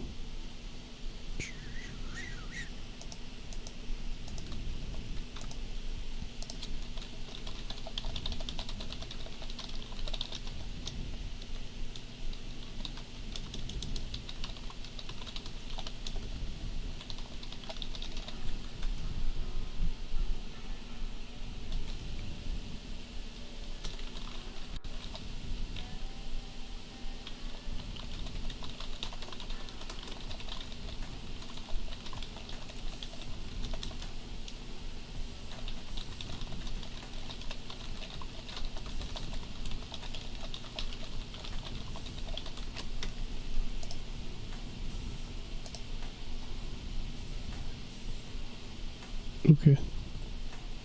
Well, let's be looking down, bro. This is actually a better update than the last one, to be honest. I mean... No. causes reduction. I haven't tested that, but that's a good call. If it is right, maybe it's wrong. That's why everybody's downloading. I don't know. Tanks get new, but bro, spiders and tanks are good. Yeah, I had them for years. Disagree. I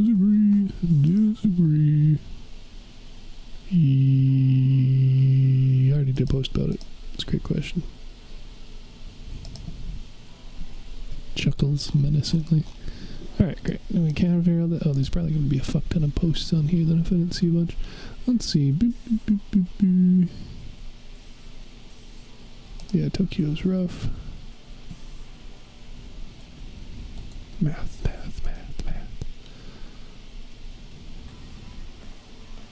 Strong explosive.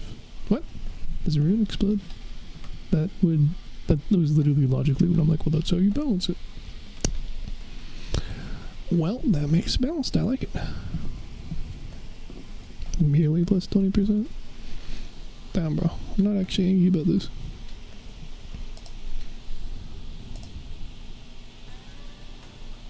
I don't agree on most counts, but that's okay.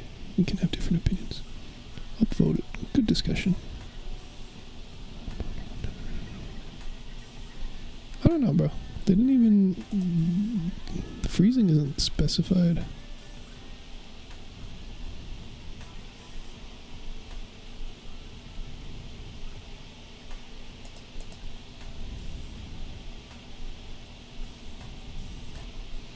I don't know. Upvote because it's interesting. Hopefully somebody else who cares more right now will do something about it.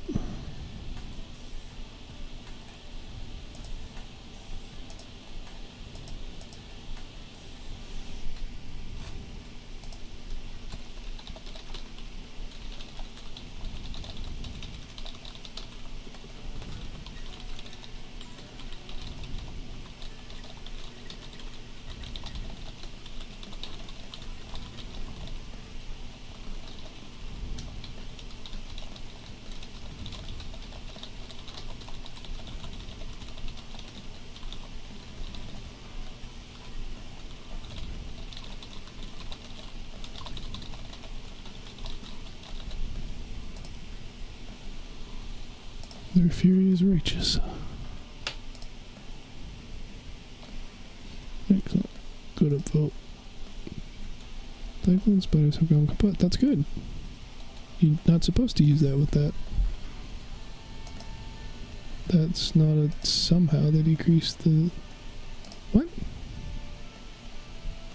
Yeah. Well, they're possible to use it. Yeah, that's good, but I can't upvote you because you blocked because you're meaner. Okay, let's see. No, it's a huge improvement if you like show up the entire time. Well.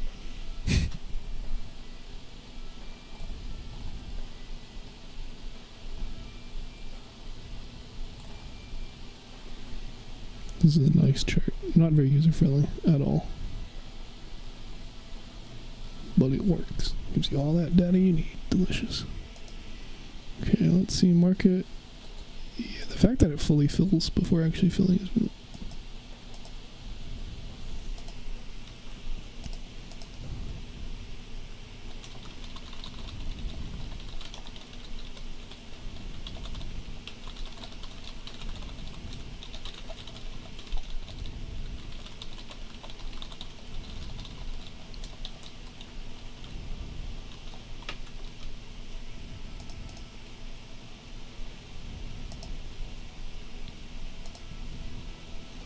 Anyway, wow, people are already... Fuck, it's Splatulate, dude. This guy's bad mouth. Or chick. I don't know if their profile picture seems to indicate the latter, but... Well, you know what, Splatty? I already answered this question. And I'm not going to direct you to my Reddit post on the topic for the, 8th time, because even last season, I made the post, and then I pointed them towards it 3 times, and they still kept asking in, the general chat for other people who aren't going to have any fucking clue. So I think they're just going to have to deal with it. Car rate changes. Good point. They bugged. Oh, sorry, they fucked up with the translation thing.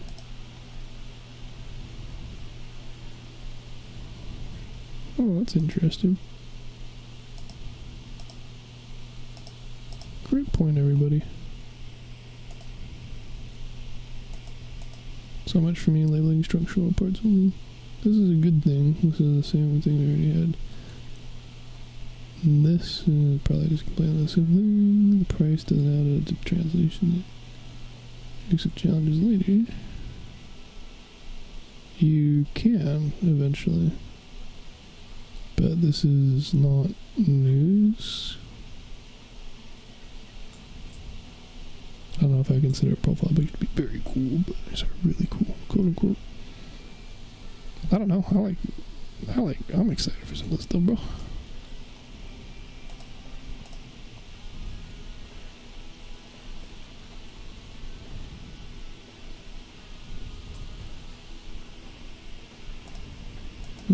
See new people out here? Nope. Nice. Scared them all away. Perfect. I'm trying to buy the bone. I'm trying to buy this just for... What? 26.5, 102. Damn, that is a good question. Pretty much cost.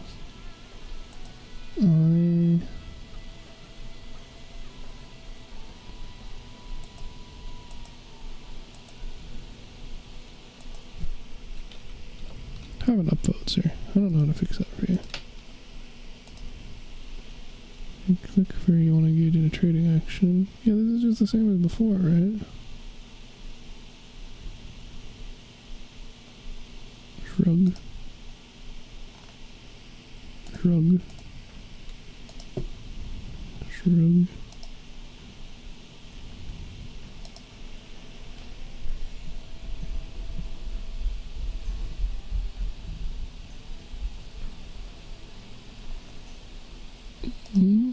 Narwhals are going to be exciting. They're also going to be fucking everywhere. So, what did happen? What a great question. Well, for one, you like YOLO'd while half your team is still... Oh, never mind. They're half dead. I thought they were half loading. Silly me. I guess they are to where generators explode. Sure does look like that. Let's see. Yeah, the quality when you go frame by frame from it sucks. Oh, it actually looks like they just hit their cabin directly. Yeah. You had some melee on the front, didn't you? Yeah.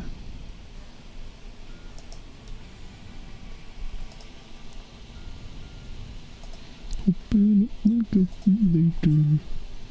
My stream has devolved to me. Redditing.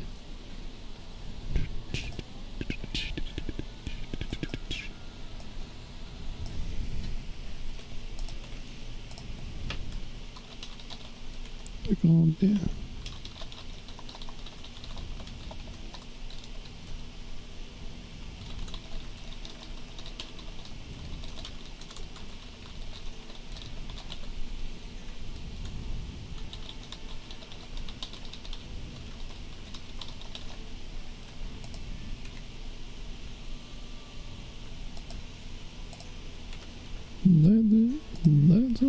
That's the entire thing.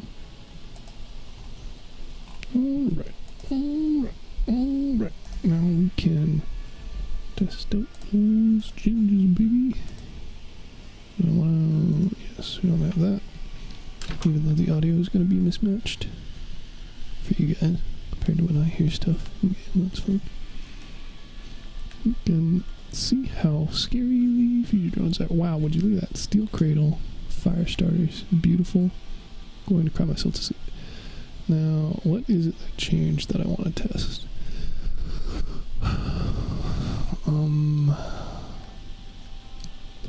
I think it's quite a bit. The biggest thing is I don't have most of these motherfuckers. And also, these challenges specify different weapons. So, if it's anything like the weeklies...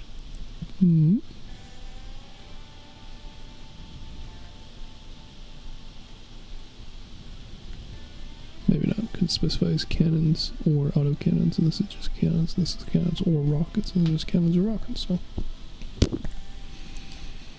Alright, Let's see, what build changes the most exciting? Probably a speed increase, kind of, but also not really. Also, it's hard, and also it's steel raid, steel cradle, so I want to actually be combat effective. So just being big, beefy, dual cannon tank, probably not super smart. So I can't use any of the new Hilo stuff. Yokozuna doesn't really matter. So what stuff did change that matters, I guess?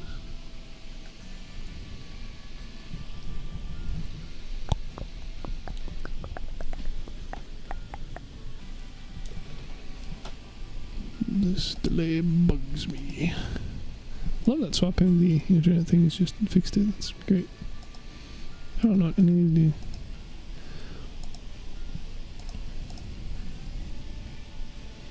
do. Ew. See some of these? I don't know what mini player does.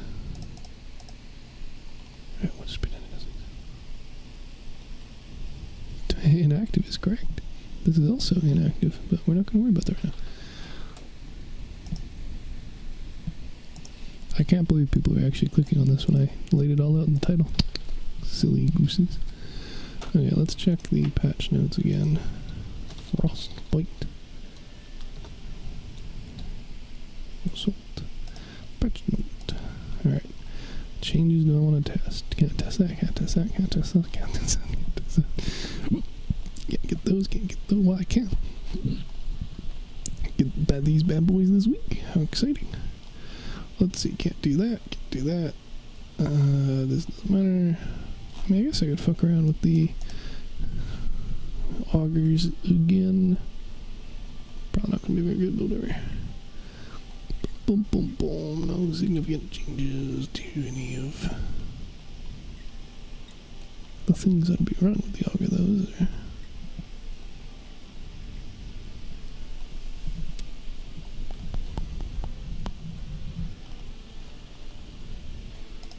Yeah, there's a bunch of new content, can't use it for a while. So, let's see how right I was about the new items on the market going slow on prices. I'm pretty sure somebody will have overpaid for first access by now.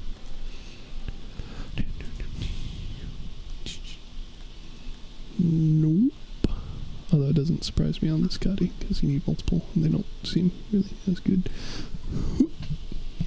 Nope. I'm not gonna lie, like, I know the server just went live a few hours ago, and it's actually went earlier than it normally would. People are actually showing remarkable restraint at the moment. Because, like, yeah, the second the update dropped, like, people were fucking yoink, yoink, yoink, yoink, yoink, for last battle pass. Oh, there we go. Yeah, that doesn't surprise me. So that's probably...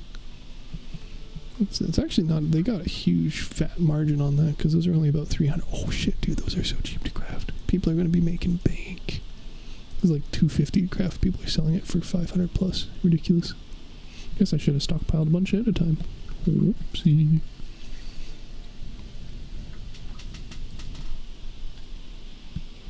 Yeah, I can even just quick buy these and make them for a profit. Mad money, baby. But it's going to dwindle evidently. Plus, I don't have an infinite stock of therms, so those will dry up quite a bit faster.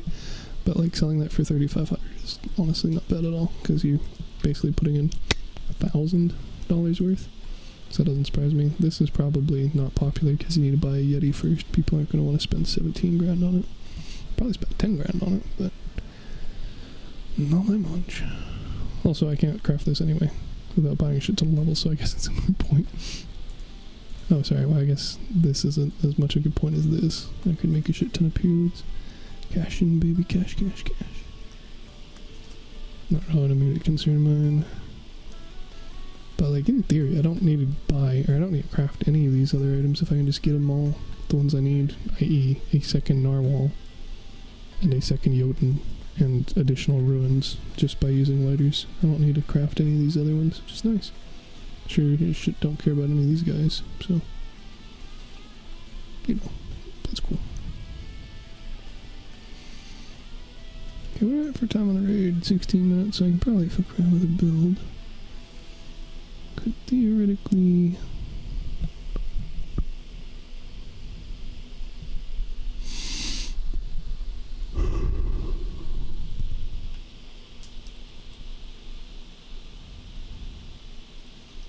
there's a lot of them. Rough. It literally is going to be an up till some names every day. Okay, well, I think I already built this one. And its variance, but it's not going to be very good at Steel Cradle, I don't think. Guess we can always rock the fuck it reball strategy, but not like that.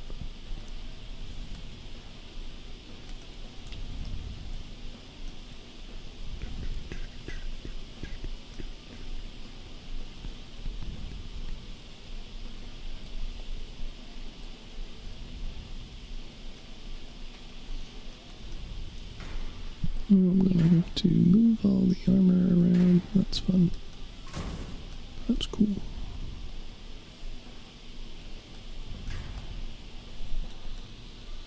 What if I just didn't?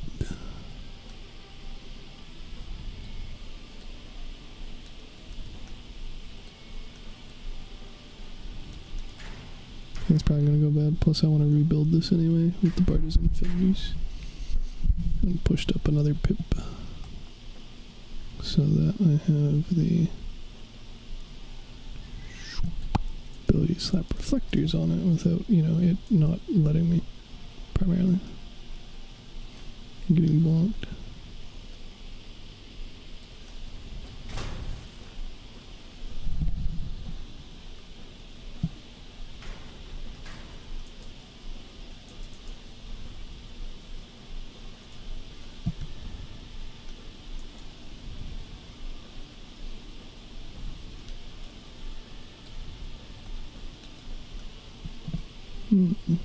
Right.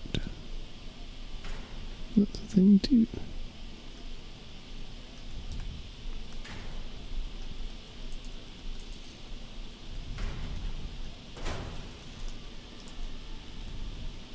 That also doesn't work. So I'm gonna do that. And then that. And the question of what do I do with the space. But it will protect them quite a bit more.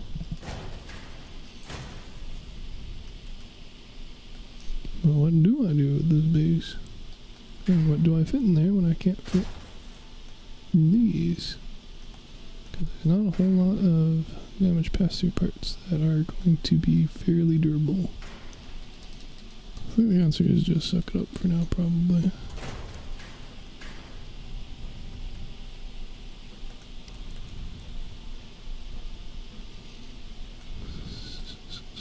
What else we got for ideas? Me.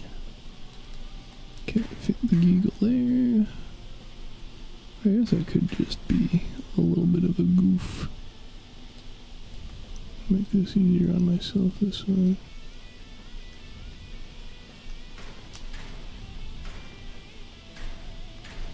Say, I sure hope I don't get hit by any fire puddles. The fucking fire starters raid. Probably the fastest answer, even if it doesn't end up being the best.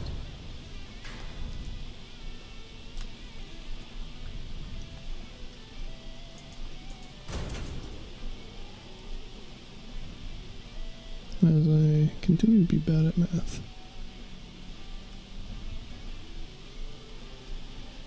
It almost fits. Though it doth not.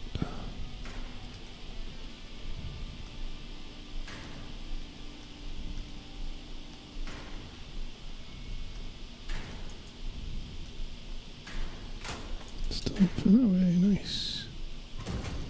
Fit that way, but that's probably too high.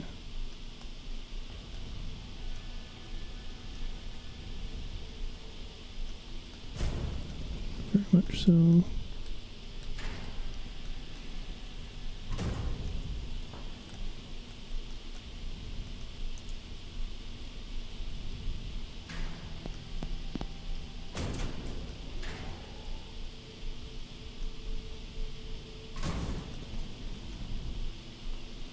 That kind of works, although it's a terrible idea, but we can try it in one hard way to find out just how bad it is.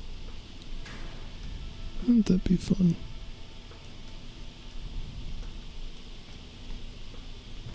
I suspect the answer is going to be very much so, and I'm going to upset randos. But we'll see. Be how it do sometimes.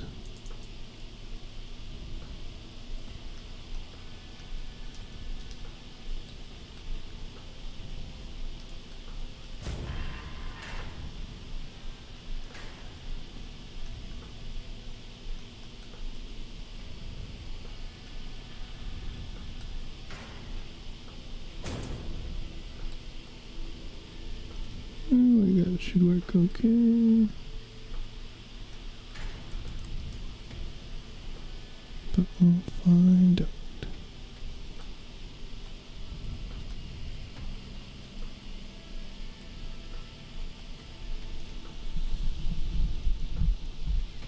I'll change the icons on the map. How cute.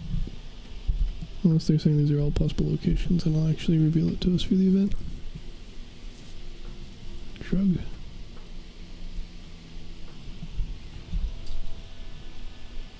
Assuming there's even literally any other person on in order to even queue for the raid.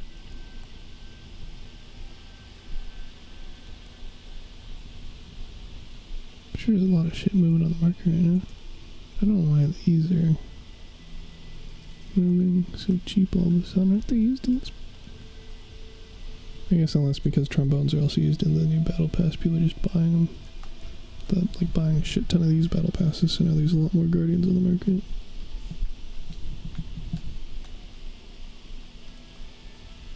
Oh, I guess no, you wouldn't be able to use fused trombones.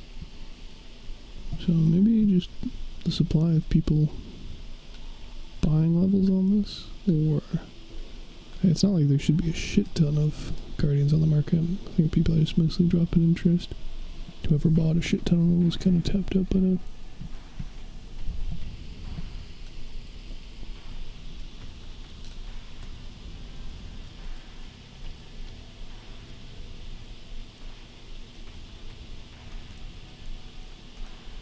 And then yeah, some overlap here, but you can't make unfused trombones. Yeah, so those things are going to be eating up most of the value from the other battle pass where people will be buying them to fuse them. But again, with enough lighters, you don't even need to use a trombone. You don't need to craft additional ones of any of these, honestly. Unless you're a free-to-play player, in which case you're like triply fucked. Be how it do, I guess.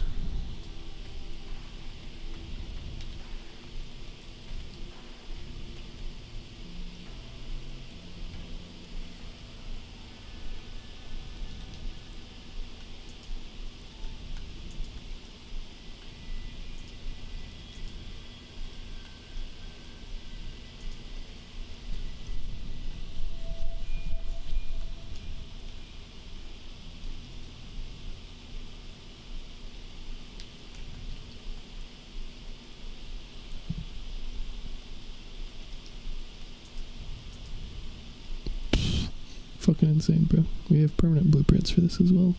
They ain't that rare. But you know, guys, pop off. Oh, we don't have enough slots. Never mind, don't pop off. Ridiculous price gouging, bro. Alrighty. Holy shit, dude. Oh, okay, it was showing that. Yeah, that makes more sense. Crazy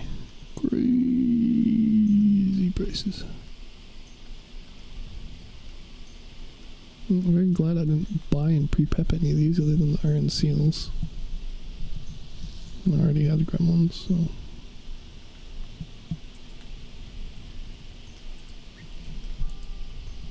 Of course, the supply chain for this is probably getting shot through the fucking roof as well as a result.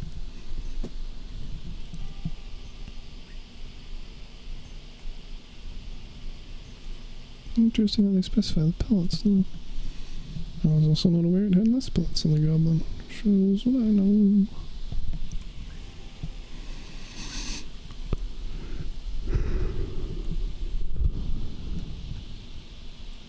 Well, some people are definitely going to be making money on these permanent blueprints. Just to keep the supply line for Scotty and likewise going. Crazy.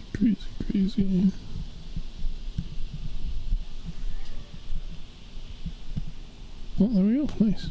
Hopefully they don't absolutely hate my guts for me unperforming. Oh shit, that's people. Hello, people. I think that requires me to do math. Nope. We talking about the friction thing?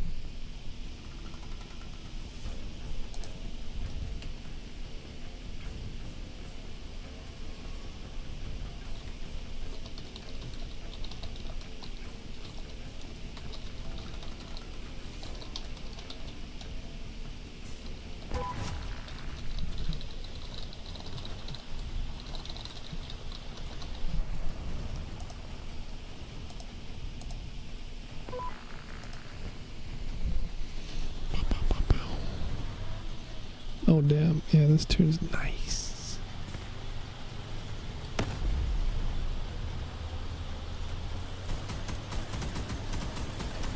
Oh, there we go. Despite the slight desync, I finally found a use for me streaming on Twitch. How exciting. These guys are down way too easy.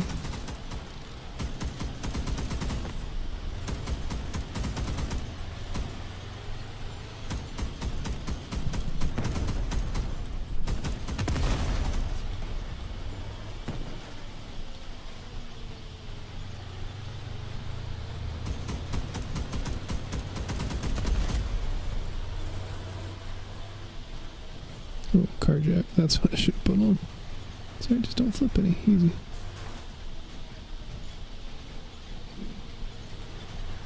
Now it occurs to me too, I might not run into any of the actual roll-off cabins here.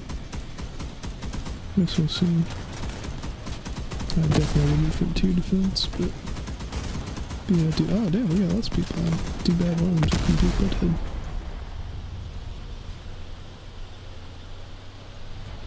Yeah, dude, baby. Gotta grind those patches, baby. And also, the 6-second delay means I'm also reacting and talking about things that you see 6 seconds later, so it's like a little sneak peek. Also a spoiler. What's the desync? More exciting. Way to look at it, really. So they also did make the purple of the officers a more pastel purple. Makes sense to me, probably a color blindness thing. Definitely easier to find on the map, because beforehand it would blend in with terrain a bit better with the like grays and browns. It's kind of funny to say about, you know, purple, but it's true nonetheless.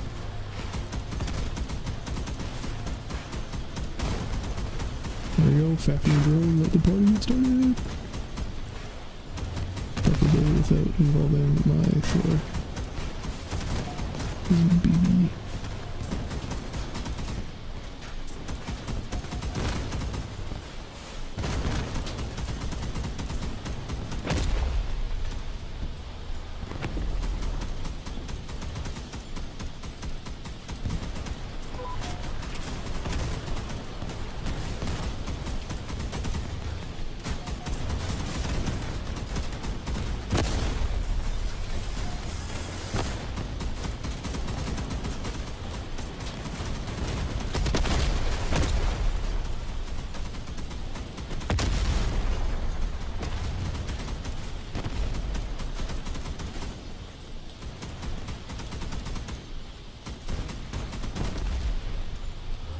I don't need to go sideways this far back.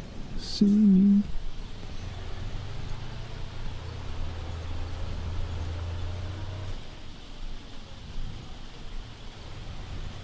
Pork's gonna pork, baby. Look at that go. Look at it fly. Oops. Sorry about that.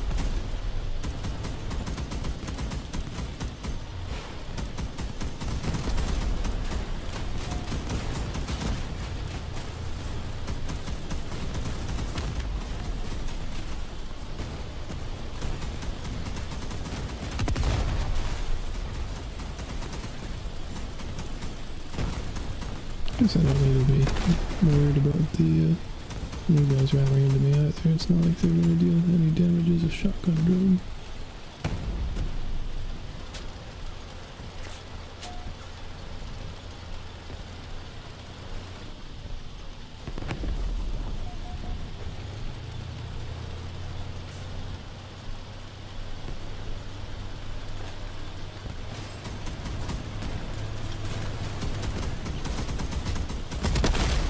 More taka. Beat.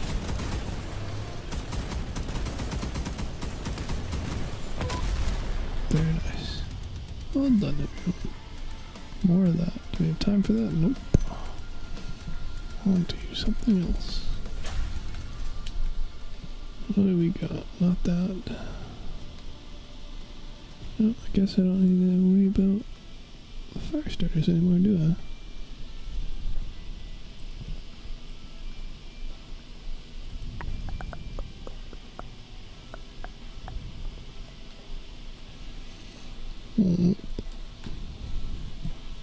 Do I want to bother doing these? Why is the world not counting? Because it's not counting. Gotti. I have to do so much editing and chopping up these videos. Probably not going to be as much of a surprise for people when it gets posted in like 2-3 days. But, whatever. Oh. What? They did it. The absolute mad lads. They added a right Kote to go with the odd number of left Kote. They didn't even say that. That's wild. Alright, another thing we get to post about.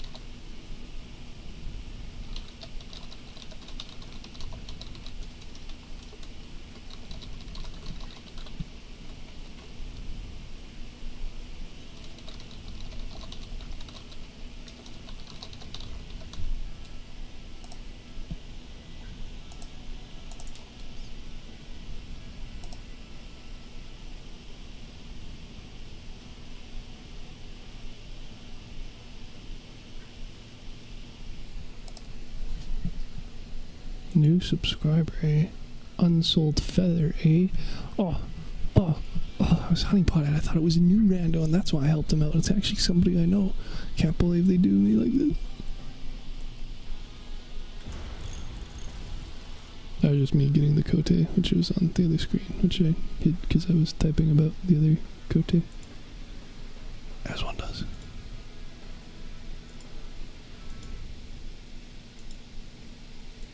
Let the sound stop.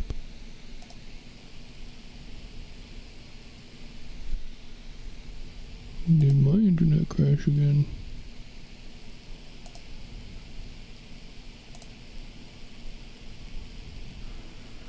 Okay, I was gonna say ZenBrush better not be DDoSing me. It was a joke. It was a joke, bro. Okay, well, this seems frozen-ish. So I think probably, as they tune into the stream anyway, awkward, so I'm just ending. So I think probably going to, was this capturing the entire time? That would suck if it was not. Oh, because the stream just decided to end itself on the Xbox for some reason, which is weird because I was actively playing it at the time, but okay. No, definitely playing audio. Alright, well. Okay, baby. I guess we're done today. Do those patch grinding things later, assuming they don't, literally shut everything down to get rid of the new super cool rotors in the meantime.